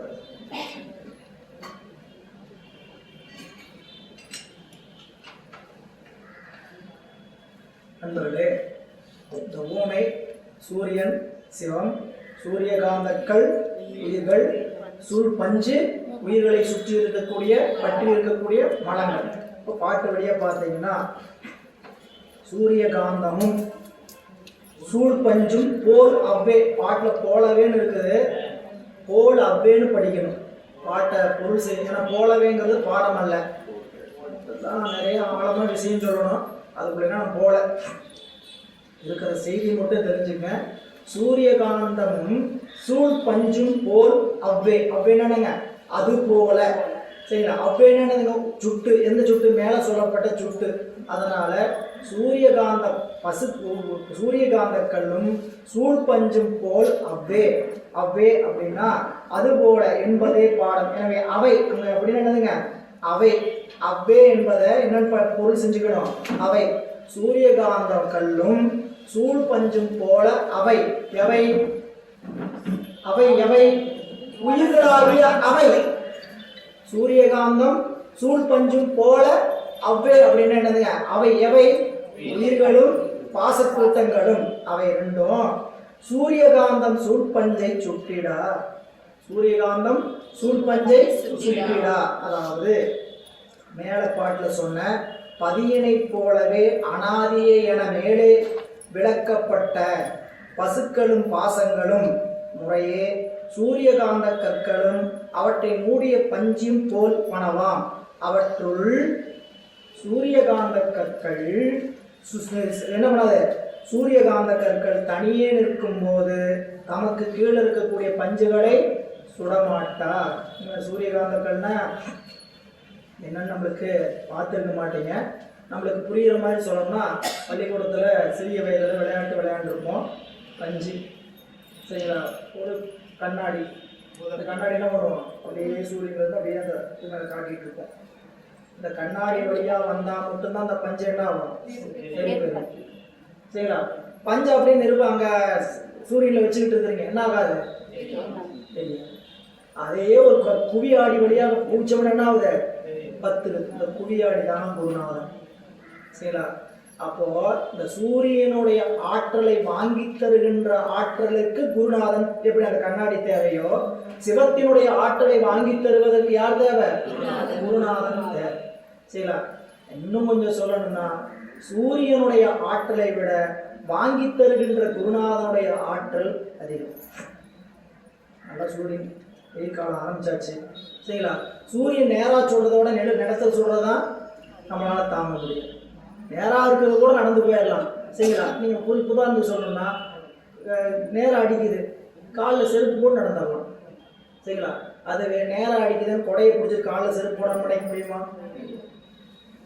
இப்போ குருநாதனுடைய கருணை அப்படிப்பட்ட கருணை. அவன் நமக்கு அந்த ஆற்றலை வாங்கி தருகின்ற நிலையம். அவர் யாருன்னு என்னன்னு கேட்டீங்கன்னா, குருநாதனுடைய பெருமை நம்மளுடைய சைவ சமயத்தில் காட்டினதை போல நீங்கள் எல்லா சமயத்திலும் பார்க்கலாம். நீங்கள் வைணவ சமயம் எடுத்தீங்கன்னாலும் வைணவ சமயத்திலும் உண்டு. குருநாதனுடைய பெருமையை அறியாமல் நம்ம எந்த ஒரு கலையும் கற்க முடியாது. இல்லை, அதனால தான் திருவருட்பயன் படிக்கும்போது படிப்போம். குருநாதனுடைய நிலையை அஞ்சாவது அதிகாரத்தில் சொல்லுவார். அருள் உரு நிலை 10 குறள் சொல்லுவார். படிச்சுட்டே வந்தீங்கன்னா 10 குறளில் குருநாதர் பெருமையை சொல்லிட்டே வருவார். அதாவது குருநாதருடைய பெருமை உள்ள அகத்துரு நோய்க்கு உள்ளி நிரண்டி அதை சகத்தவரும் காண்பதுதான். அப்படின்னா நமக்குள்ள ஏற்பட்டிருக்கிற நோயை யார் அறிய முடியும்? நமக்குள்ள இருக்கக்கூடிய சிவன்தான் அறியும் அப்படின்னு சொல்லிட்டு கடைசி குரல் வரையும் வருவார். குருநாதர் இல்லாமல் எதுவும் பண்ண முடியாது, குருநாதர் இல்லாமல் எதுவும் பண்ண முடியாதுன்னு சொல்லிட்டே வருவார். மாணவனுக்கு ஒரு ஐயம், குருநாதர் இல்லாமல் வேறு வழியே இல்லையா? வந்து நம்மகிட்ட கேட்குறாங்க. சரிங்களா? முருகேசன் ஐயாவை கேட்குறாங்க. இந்த இடத்துல வந்து அந்த ரவுண்டானவை கேட்குறாங்க. இந்த கிருஷ்ணகிரிக்கு போகிறதுக்கு இந்த வழி விட்டால் வேறு வழி இல்லையா? இல்லை. வேறு ஏதாவது வழி இருக்கா? கொஞ்சம் இப்படி போய் அந்த பைபாஸ் போட்டிங்கன்னா நேராக ஒரே ரோடு அப்படிங்கிறார். அந்த வழி விட்டால் வேறு வழி இல்லையா? இருக்கு அப்படிங்கிறார். சொல்லுங்க அந்த வழியை. ஆதாயம் வழியாக போனாயா? ஆதாயம் வழியாக போனாயா அப்படின்னு சொல்கிற மாதிரி குருநாதர் இல்லாமல் எதுவும் செய்ய முடியாதா? செய்யலாம் அப்படின்னு என்ன சொல்கிறாங்கன்னா, இதே உண்மைதான். ஞானம் இவன் ஒளிய நன்னீடும், ஞானம் இவன் ஒளிய நன்னீடும், நற்கல் அனல் பானு ஒளியப்படி. ஞானம் சிவபெருமான். குருநாதர் இல்லாமல் ஞானம் வாய்க்காதா? வாய்க்காது. வாய்க்குமா? வாய்க்கும். உங்களோட வேற என்ன சொல்றது? வாய்க்கும். எப்படி தெரியுமா? சூரியன் வராம சூரியகாந்த கல்லிடத்துல எப்படி நெருப்பு தோன்றுமோ அப்ப என்ன பண்ணும்? இந்த சூரியன் இந்த ஆன்மாவுக்கு குருநாதன் இல்லாமல் ஞானம் பிரகாசிக்கும். அப்படின்னு என்ன அர்த்தம்? வாய்ப்பில்லை ராஜா, வாய்ப்பில்லவே இல்லை அப்படிங்கிறதான் வேற மாதிரி சொல்லுவார். ஞானம் இவன் ஒளிய நன்னீடும், நற்கல் அனல் பானு ஒளி. பானுனா சூரியன், பானு ஒளியப்படி. சூரியன் இல்லாமல் சூரியகாந்த கல்லிடத்தில் என்று நெருப்பு தோன்றுமோ அன்று குருநாதன் இல்லாமல் உயிரிடத்தில் ஞானம் பிரகாசிக்கும். திருவருட்பயனிலையும் தோன்ற சொல்லியிருக்கிறார். சிவஞான சித்தியால இந்த பூமையை அப்படியே எடுத்து சொல்லியிருக்கிறார். இந்த திருமூலர் தான் எல்லாத்துக்கும் சீனியர், அவர் தான் எல்லாத்துக்கும் சீனியர். இவருடைய செய்தியை அப்படியே எடுத்து சிவஞான சித்தியாலையும் காட்டுவார். அதனால சூரியகாந்தமும் சூழ்பஞ்சும் போல் அவ்வே. சூரியகாந்தம் சூழ்பஞ்சை சுட்டில. என்ன வாய்ப்பு அப்படின்னு கேட்டா, சூரியன் சந்நிதியில் சுடுமாறு போல். எப்படி சுடும்? சூரியன் சந்நிதியில அந்த சூரியகாந்தக்கள் பஞ்சினை சுடுமாறு போல ஆரியன் தோற்ற முன் அற்ற மலங்களை. ஆரியன் யாருங்க? குருநாதன், ஞானாசிரியன். ஆரியன் என்பது ஞானாசிரியன். எனவே ஞானாசிரியன் தோன்ற, குருநாதன் தோன்ற நம் முன், அவர் முன், ஆரியன் தோற்ற முன் அற்ற மலங்களே. இதெல்லாம் ரொம்ப சில செய்திகளை ரொம்ப ஆழமா சொல்றாரு. அந்த செய்திக்குள்ள நான் போல அதெல்லாம் சொன்னா இன்னும் நல்லா ரசிக்கிறது நல்லா இருக்கும். ஆனா அதுக்கான இடம் உங்களுக்கு இந்த இடம் இல்லை. இன்னும் கொஞ்சம் ஆழமா படிக்கும் போது இந்த பாடெல்லாம் தனியா எடுத்து சொற்பொழிவு பேச வேண்டிய பாடல். ஆரியன் தோற்றமும் அற்ற மலங்களே என்று சொல்லி தனியா பேச வேண்டியது. ஆன்ம அறிவு தன்னியல்பில் நின்று பாசத்தை நீக்குவது அன்று. நாமளா பாசத்தை நீக்கிக்க முடியுமான்னு கேட்டா முடியாது. இறைவன் சிவனது அறிவை பெற்று அவ்வறிவாய் நின்று நீக்கும் என்பதுதான் இந்த பாடம். நீங்கள் சிவபிரகாசம் படிச்சீங்கன்னா நமக்கு அறிவு இருக்கா? இல்லைன்னு சொன்னீங்கன்னா நீ சைவ சித்தாந்தம் படிக்கலன்னு அர்த்தம். நமக்கு அறிவு இருக்கா இல்லையா? நன்று. ஆனா தானே விளங்குற அறிவு நம்ம இடத்துல இல்லை. ஆனா எதை செஞ்சாலும் என்னன்னு செய்வோம்? தானே செய்கிறான். சரிங்களா? தன் அறிவதனால் ஏதும் தனக்கு அறிவு இல்லையேனும். தன்னறிவதனால் தனக்கு அறிவு ஏதும் இல்லையேனும். தன்னறிவாக எல்லாம் தனித்தனி பயனரும். எதை செஞ்சாலும் என்ன பண்ணும்? நான் தான். தன்னறிவதனால் ஏதும் தனக்கு அறிவில்லையும். பாட்டையெல்லாம் சொல்லி இதை குழப்பறாரு ஐயா, அடிக்கடி நிறைய நினைச்சாங்க. உங்களுக்காக அந்த பாட்டில் விளக்கமெல்லாம் போகாம பாட்டு வழியாவே விளக்கம் சொல்றாரு. தன் அறிவதனால் ஏதும் தனக்கு அறிவு இல்லையேனும். தன் அறிவின் காரணமாக எதை அறிகின்ற தன்மை தன்னிடத்தில் இல்லையேனும். தன்னறிவாக எல்லாம் தனித்தனி பயன் அருந்தும். ஒவ்வொரு பயனை அருந்தும் போது ஒவ்வொரு செயலை செய்யும் போது என்ன செய்யும்? எல்லாம் நானே செய்கிறேன். தன்னறிவதனால் தனக்கு அறிவு ஏது இல்லையேனும். தன்னறிவாக எல்லாம் தனித்தனி பயன் அருந்தும். தன் அறிவு அறியும் தன்மை. தன்னாலே அறிந்தான். தன்னறிவு யாருனால் அறியுது? சிவத்தினாலதான் அறியுதுன்னு ஒரு நாளைக்கு அறிந்தான். என்ன செய்யும்? தன்னறிவு தன்னால் தன்னை அறிந்தான். தான் அதுவாகி நிற்கும் அன்றே. எல்லாம் சிவன் செயல் அப்படிங்கிற அறிவு எப்போ வரும்னு கேட்டா, நம்மால ஒரு காரியமும் ஆகலை. இது எப்போ அந்த உணர்வு கெட்டுன்னு கேட்டீங்கன்னா, நிச்சயமா நான் செஞ்சிருவேன்னு ஒரு காரியத்தை செய்ய முயற்சி பண்ணி எல்லா விதமான வாய்ப்புகளும் அமைஞ்சு எதுவும் ஃபெயில் இல்லை. வீடு கட்டலான்னு போனேன், இடம் வாங்க போனேன், என்னாச்சுங்க? இடம் அமைஞ்சிருச்சு, கேட்ட வழியில் அமைஞ்சிருச்சு. அப்ரூவலுக்கு போனேன், கட்டுறதுக்கு கொடுத்துட்டாங்க, எல்லாம் அமைஞ்சது. வீடு கட்டுறதுக்கு இன்ஜினியருக்கு எல்லாம் அமைஞ்சது. சரிங்களா? நிலத்தை எடுத்து வேலை செய்ய ஆரம்பிக்கும் போது தான் இந்த இடத்துல வீடு கட்டினா ஆகாதுன்னு சொல்கிறாங்க. அப்படிங்கிற மாதிரி என்னன்னு கேட்டிங்கன்னா, ஏன் இந்த அறிவு எதனால் நமக்கு அமைந்ததுன்னு கேட்டால் அவனால தான் விளங்குது. சரிங்களா? இப்போ நீங்கள் வீட்டில் குழந்தைய வளர்த்துறோம், நம்ம சொல்லி கொடுத்தா ஒவ்வொன்றா வளர்த்தணும். சரியா? இது ஒரு வளர்ந்த காலத்தில் ஒரு நாள் ஏதாவது சண்டையில் என்ன சொல்லணும்? என்ன நீ என்னை வளர்த்த அப்படின்றோம். சரியா? இது அறியாமையினால சொல்லுவோம். எந்த வயசுல? நல்ல முதிர்ந்த வயசுல சொல்ல மாட்டோம். சரிங்களா? ஒரு பக்குவம் இல்லாத வயதில் என்ன சொல்லிடுவோம் கேட்டீங்கன்னா, எல்லாருமே யாரும் சொல்லாம வந்தவங்க கிடையாது. எங்கேயாவது ஒரு காலத்தில் பெற்றோர் என்ன பண்ணியிருப்போம்? என்னென்ன வளர்த்த அப்படின்றோம். பக்குவம் வந்த காலத்துல எப்படிலாம் வளர்த்தேன்? கட்டிலும் தொட்டிலும் மார்மேலும் தோல்மேலும் கட்டிலும் வைத்து காதலித்து என்னை ஆளாக்கி சீராட்டி. இது எப்போ தோணும்? நமக்கு அப்படி ஒரு குழந்தை வந்தானே தான், அடடா என்னோட அம்மா இப்படித்தானே என்னை வளர்த்திருப்பா, இப்படித்தானே பாதுகாத்திருப்பா அப்படின்னு அறிவு எப்போ இருக்குன்னு கேட்டா, நமக்கு அப்படி ஒரு சூழல் வரும்பொழுதுதான். அதுபோல இறைவன் நமக்கு என்ன செஞ்சாங்கிறது பக்குவம் இல்லாத காலம் வரைக்கும் அறிவு சொல்லிட்டு இருக்கும். பக்குவம் வந்த போது தாயினும் தயாவான தத்துவமணி, தாயில் சிறந்த தயாவான தத்துவமணி என்கிற அறிவு அப்பதான் எட்டுங்க. எனவே சூரியன் சந்நிதியில் சுடுமாறு போல ஆரியன் தோற்றமும் அற்ற மலங்களே. அதனாலதான் சித்தியார் சொல்லும்போது இதே உண்மைய சூரியகாந்த கல்லிடத்தை செய்ய சுர தோன்றியிட சோதி தோன்றுமா போல் ஆரியனாம் ஆசான் வந்து அருளால் தோன்ற. ஆரியனாம் ஆசான் வந்து அருளால் தோன்ற அடி ஞானம் ஆன்மாவில் தோன்றும். ரொம்ப முக்கியமான வரியை சிவஞான சித்தியார்ல படிக்கிறவங்களுக்காக இது யாரெல்லாம் அந்த நூலுக்குள்ள பயணிக்கிறோமோ நினைவில் வைக்க வேண்டிய முக்கியமான வரி. ஆரியனாம் ஆசான் தோன்ற ஆன்மாவினுடைய அறிவில் அடிஞானம் தோன்றும். அடிஞானம் என்னதுங்க? அடிமையாகின்ற ஞானம்.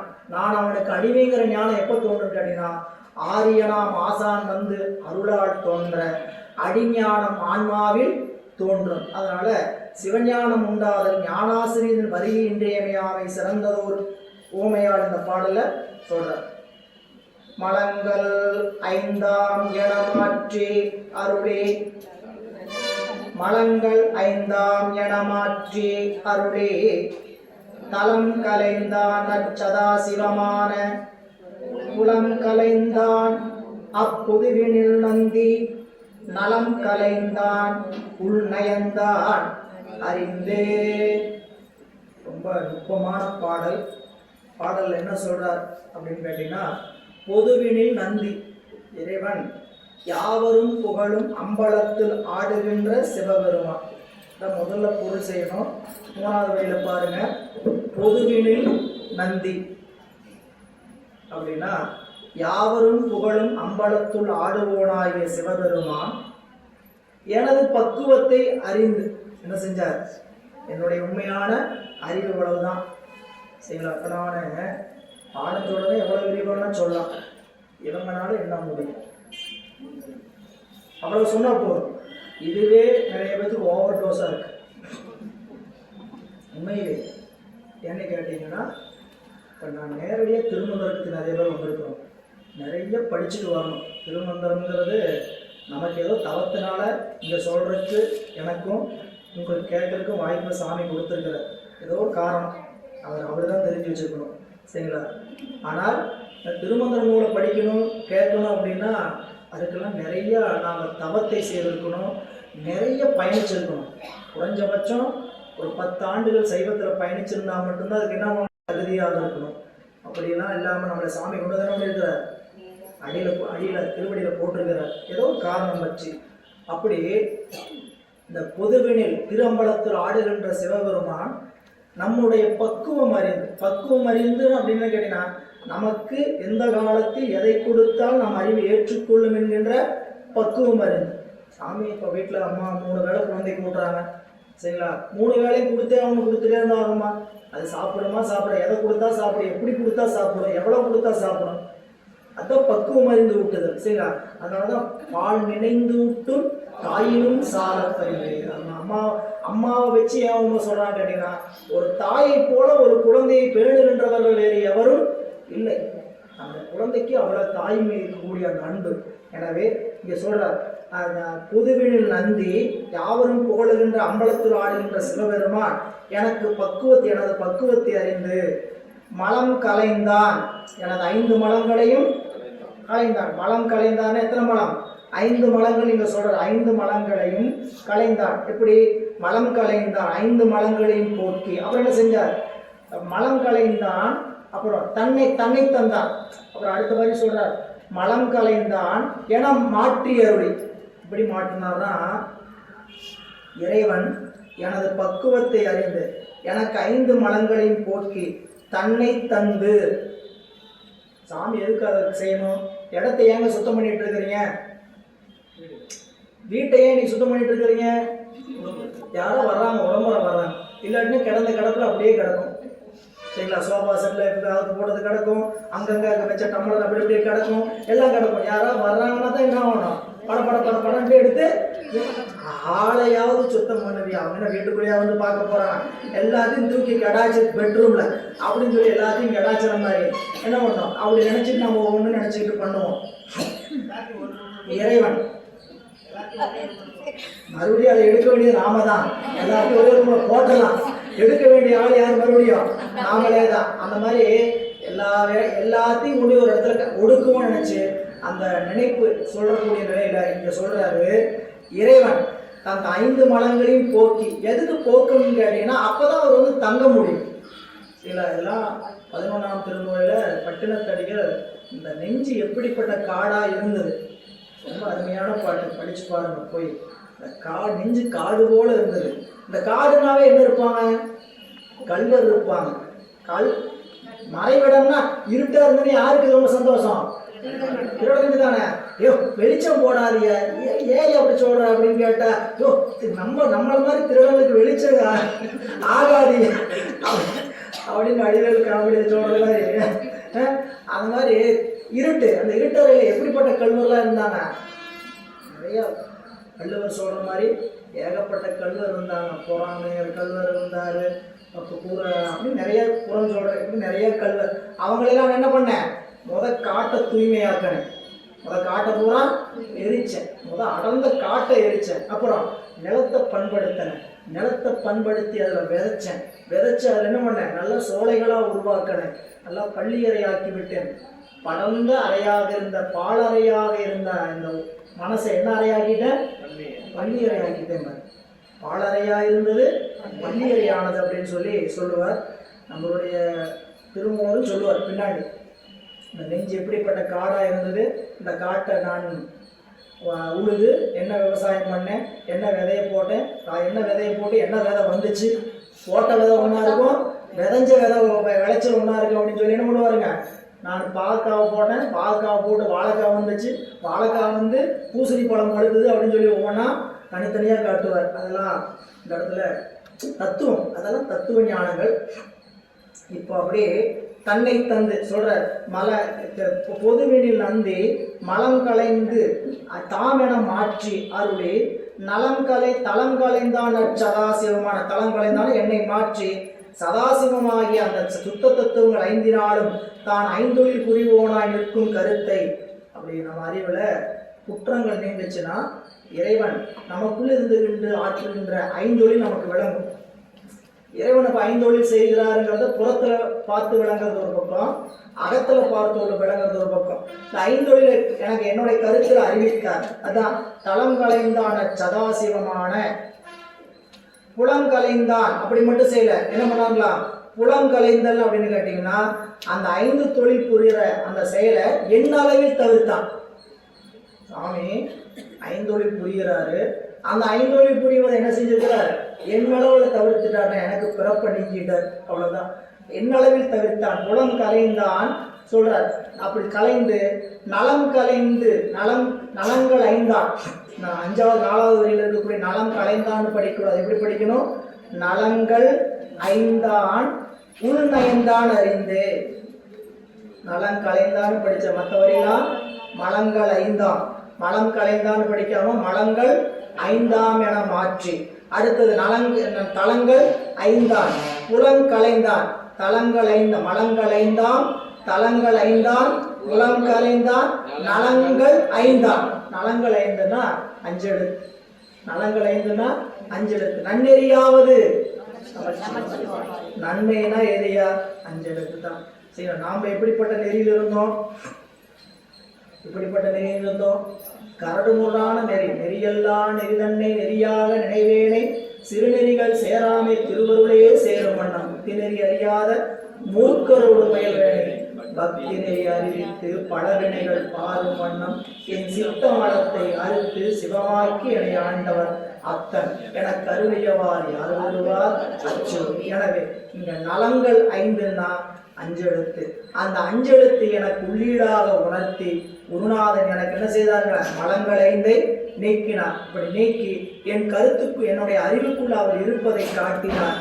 அப்படி காட்டி அவர் தன்னளவுல செய்கின்ற ஐந்தொழிலை என்னிடத்தில் தவிர்த்தார். அப்படி மாற்றியவர் எதுக்காக எப்ப செஞ்சார்னு கேட்டா, என்னுடைய பக்குவம் வந்த காலத்தில் அவ்வாறு வந்து செய்தார். பாடல் அதாங்க, பாருங்க. அறிவு ஐம்புலனுடனே நான்றதாகி நெறியறியாது உற்ற நீர் ஆழம் போல அறிவு அறிவுள்ளே அழிந்தது போல உரி அறிவிப்பான் குருவரனாமே. அடுத்தது ஒரு அருமையான உண்மை. ஏன்னா உபதேசம்னா சும்மாவா இருக்கும், உபதேசம்னா எப்படி இருக்கும், நல்லா ஆழமாக தான் போயிட்டு இருக்கோம். இப்போ நாம் இந்த உலகத்தில் எப்படி தத்தளிச்சுக்கிட்டு இருக்கிறோம், எது போல அப்படின்னா தண்ணிக்குள்ளே சிக்கனவனை போல, தண்ணிக்குள்ளே சிக்கனவனை போல. தண்ணிக்குள்ளேன்னா நம்மளா போய் தண்ணிக்குள்ளே போய் உள்ளுக்குள்ளே போகிறதில்ல, போய் சுழல்ல மாட்டுறவர், நீர் ஆழத்தில் மாட்டுறவங்க என்ன ஆகிடும், அதுலேருந்து மீள முடியாமல் அதுக்குள்ளேயே அழுந்திடும். யார் மீட்க முடியும், யார் ஒருவர் நல்லா நீச்சல் அறிந்தவரோ அவர் வந்து என்ன பண்ணலாம், நம்மளைய கை கொடுத்து காப்பாற்றுற கைதரவல்ல கடவுள் போற்றி. அப்படி கைதரக்கூடிய நம்மளுடைய நெறியறியாது மயங்கி இருக்கக்கூடிய நம்மை கை கொடுத்து ஏற்றுகிறவர் யாருன்னு கேட்டா குருநாதன், சிவம். குருநாதன் சிவம் வேறு, இந்த பகுதி முழுக்க குருநாதனுடைய பெருமை தான். அவருக்கு திருமூல தேவநாயனார் என்னுடைய குருநாதன் நந்தியம் பெருமான் சிவம் என்ன செய்தார், எனக்கு இந்த உபகாரத்தை செய்தார் அப்படிங்கிற அதில் பாட்டு வழியை பார்த்தீங்கன்னா, அறிவு ஐம்புலனுடனே நான்றதாகி, நான்றது அப்படின்னா கட்டப்பட்டது. நான்றதுலாம் என்னதுங்க, தொங்குதல்னு ஒரு பொருள், அது ஞான்ற அப்படின்ட்டு விநாயகர் படிக்கும்போது படிச்சிருப்போம், புரியுங்களா? நான்ற அப்படின்ட்டு. இங்கே நான்றதுன்னு என்னதுங்க, கட்டு, புரியுங்களா? கட்டப்பட்டது. எப்படி அறிவு எதோட கட்டப்பட்டது? ஆன்மாவினுடைய அறிவு ஐம்புலனோடு கட்டப்பட்டது. அறிவு ஐம்புலனுடைய கட்டப்பட்டதாகி நான்றதாகி என்ன ஆச்சுங்களா, நெறியறியாது உற்ற நீராழம் போல, நீர் உற்ற நீராழம் உற்ற போல சொல்ற, நீர் ஆழம் உற்ற போல அப்படின்னா நீருக்குள்ள போய் ஆழத்தை சிக்கிக்கிட்டா நெறியறியாது எப்படி தவிப்போமோ அது போல ஓமை சொல்லிட்டார். எப்படி நாம ஐம்புலன்ல கட்டப்பட்டு நீருக்குள்ள சிக்கியவர்கள் போல இருந்தோம். இறைவன் என்ன செய்தார்? குருநாதன் எப்படி அறிவுள்ளே அழிந்தது போல, அழியுமா எப்படி அழியும்? தண்ணிக்குள்ள போனோம்னா கொஞ்ச நேரத்துக்கு என்ன நினைத்துட்டு இருக்கோம்? நினைப்பு இருந்துருக்குது. நாமும் நினைப்பு, கண்ணை மூடிடுவோம், அப்புறம் மூச்சு அடக்கி இருப்போம், மூணாவது ஒன்று அடைக்க ஆரம்பிக்கும், காது, புரியல? இதெல்லாம் வரிசையா ஒவ்வொன்றா நடக்கும். எப்ப சிக்கறக்கு அடுத்தடுத்து நிகழ்வு என்னதுங்க, கண்ணு அடைச்சிருவோம், நாமளே வாயு மூக்கெல்லாம் அடைச்சிருப்போம், கண்ணுக்குள்ள காது என்ன ஆகும்? அடைக்க ஆரம்பிக்கும். காது அடைச்சு முடிஞ்சோடனே வாய் திறந்துடும், மூக்கு திறந்துடும், தண்ணியும் வாயுவையும் மூக்குலையும் உள்ள போய் உடம்புல அடைக்க ஆரம்பிச்சிடும். இந்த நேரம் ஆரம்பிக்கும் போது நம்ம அறிவு நம்மை விட்டு நீங்க ஆரம்பிச்சிடும். நாம் எங்க இருக்கிறோம், என்ன ஆகிட்டு இருக்குது, அறிவு என்ன ஆயிரும்? கெட ஆரம்பிச்சிடும். இந்த இடத்துல இருக்கிற மாதிரி தான் நாம் உலகத்துல இப்போ சிக்கிக்கிட்டு இருக்கிறோம். நம்ம அறிவு என்ன ஆயிருக்கு? தண்ணிக்குள்ள அகப்பட்ட சுழல்ல சிக்கிக்கொண்ட ஒருவன் தண்ணீர் நீராழம் உற்றதை போல சொல்றார். அறிவுள்ளே அழிந்ததாகி அறிவுக்குள்ளே அழிந்து அறிவு போவது போல குறி அறிவிப்பான் குருவரனாமே. குறி வழி, நாம் எங்க போகணும் அப்படின்னு கையை பிடிச்சி யார் துறையேற்றுவார்? திருப்பெருந்துறை இருக்கக்கூடிய சிவன் தான் நம்ம என்ன பண்ணுவாருங்க, நீ ஏற வேண்டிய துறை இதுதான்ப்பா, எந்தெந்த துறைக்கு என்ன பண்ணாத, போயிட்டு இருக்காத, பொதுப்பணித்துறைக்கு, மின்சாரத்துறைக்கு, என்னென்ன துறையை சுத்தாத, நீ ஏற வேண்டிய துறை என்ன துறை? அருட்துறை அப்படின்னு சொல்லி திருவருட்துறை. அந்த அருட்துறை எங்க இருக்குது? இங்க பக்கத்துல திருவெண்ணைநல்லூர்ல ஒரு அருட்துறை இருக்குது, திருத்துறையூர்ல ஒரு அருட்துறை இருக்குது, திருப்பெருந்துறை இருக்குது. இந்த துறையெல்லாம் நம்மளை அருட்துறை ஏற்றுகிறது. அந்த துறை தான் நீ ஏற வேண்டிய இடம். ஏறி கொண்டு கையை பிடிச்சி என்ன பண்ணுவாருங்க, கொண்டு வந்து கரையேற்றுவார். யார் மறுபடியும் தண்ணிக்குள்ள போக மாட்டோம், அருட்துறைக்கு வந்தாலும் போக மாட்டோம் அப்படி சொல்லக்கூடாது. யாரு மறுபடியும் தண்ணிக்குள்ள போக மாட்டோம். யாருக்கு அந்த தண்ணி ஆழம் பயத்தை உருவெடுத்தோ, இதுக்குள்ள போனா நம்ம வாழ்க்கை முடிஞ்சு போச்சு அப்படின்னு எவன் நினைக்கிறானோ அவன் தான் எங்க இருந்து போக மாட்டான். அருத்துறைக்கு வந்தவங்களாம் போக மாட்டாங்கன்னு சொல்லக்கூடாது, வந்தவங்களும் போவாங்க.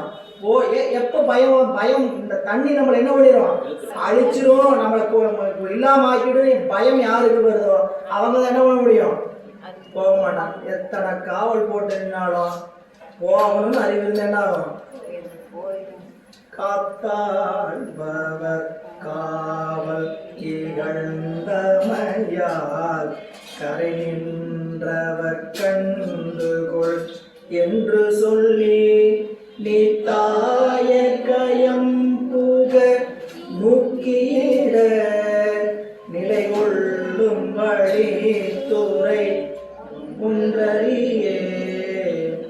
அருமையான உண்மை திருநாவுக்கரசு பெருமான் சொன்னார். இந்த குளத்தை இந்த தண்ணி எப்படிப்பட்ட தண்ணி, மிக ஆபத்தான தண்ணிப்பா அப்படின்னு அபாயம் பெருக்கல் குறி போட்டு மண்டபம் போட்டு ஒரு காவலாளி நிற்க வச்சு இதுக்குள்ள யாரும் போகக்கூடாது, இங்க பெரும் சுழல் இருக்கிறது, உயிருக்கே ஆபத்து எல்லாம் போட்டிருக்குது. அந்த தினம் போயிட்டு வரோம், என்னதான் இருக்குதுன்னு பார்க்கணுமே, என்னதான் இருக்குன்னு பார்க்கணுமே.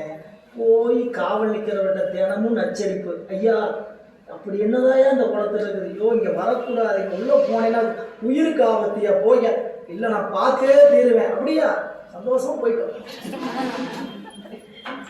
தள்ளி விட்டார் சாமி. என்ன பண்ணாரா, நீத்தாய கயம். இது எப்படிப்பட்ட கயம், உயிரை போக்குகின்ற குளம், சரியா அப்படின்னு சொல்லி நூக்கியிட நான் தள்ளி விட்டேன், போ சாமி திருவிளையாடல் படத்துல சொல்ற மாதிரி தான், போய் வருகிறேன் சாமி போ அப்படிங்கிற மாதிரி அவன் சொன்னா கேட்கற அறிவு இருக்கிற மாதிரி இருந்தா என்ன பண்ணுவான், இந்த ஆழத்துக்குள்ளே மேல போகக்கூடாதுன்னு இருப்பான். அப்படி அறிவு இருக்கிற அறிவு நம்மளுக்கு வந்துருச்சா என்ன என்ன அது என்னதான் இருக்குன்னு சொல்லி பார்ப்போமே. சரிங்களா, என்னமோ சொல்றாங்க விளையாண்டா முதல்லயே 5000 ரூபா வந்துருமாமா. அப்படி என்ன பண்ண கொஞ்சம் உள்ள போய் தான் பார்ப்போமே. 5000 ரூபா வந்துருச்சு, 5000 ரூபா வந்துருச்சு. இது எதுக்கு, சின்ன மீனை போட்டுக்கிறாரு. போட்டு நீங்க என்ன பண்ணுவீங்க, நல்லா சிக்கிட்டானா சிக்கனா சிவனா நீங்க என்ன பண்ணுவாங்க, வச்சு செதைச்சிருவாங்க. அப்புறம் எனக்கு 50,000 போச்சு 1,00,000 போச்சுன்ட்டு வெளியே போய் புலம்பவும் முடியாது. வீட்டுல போனோம்னாவே அடி விழுதும்.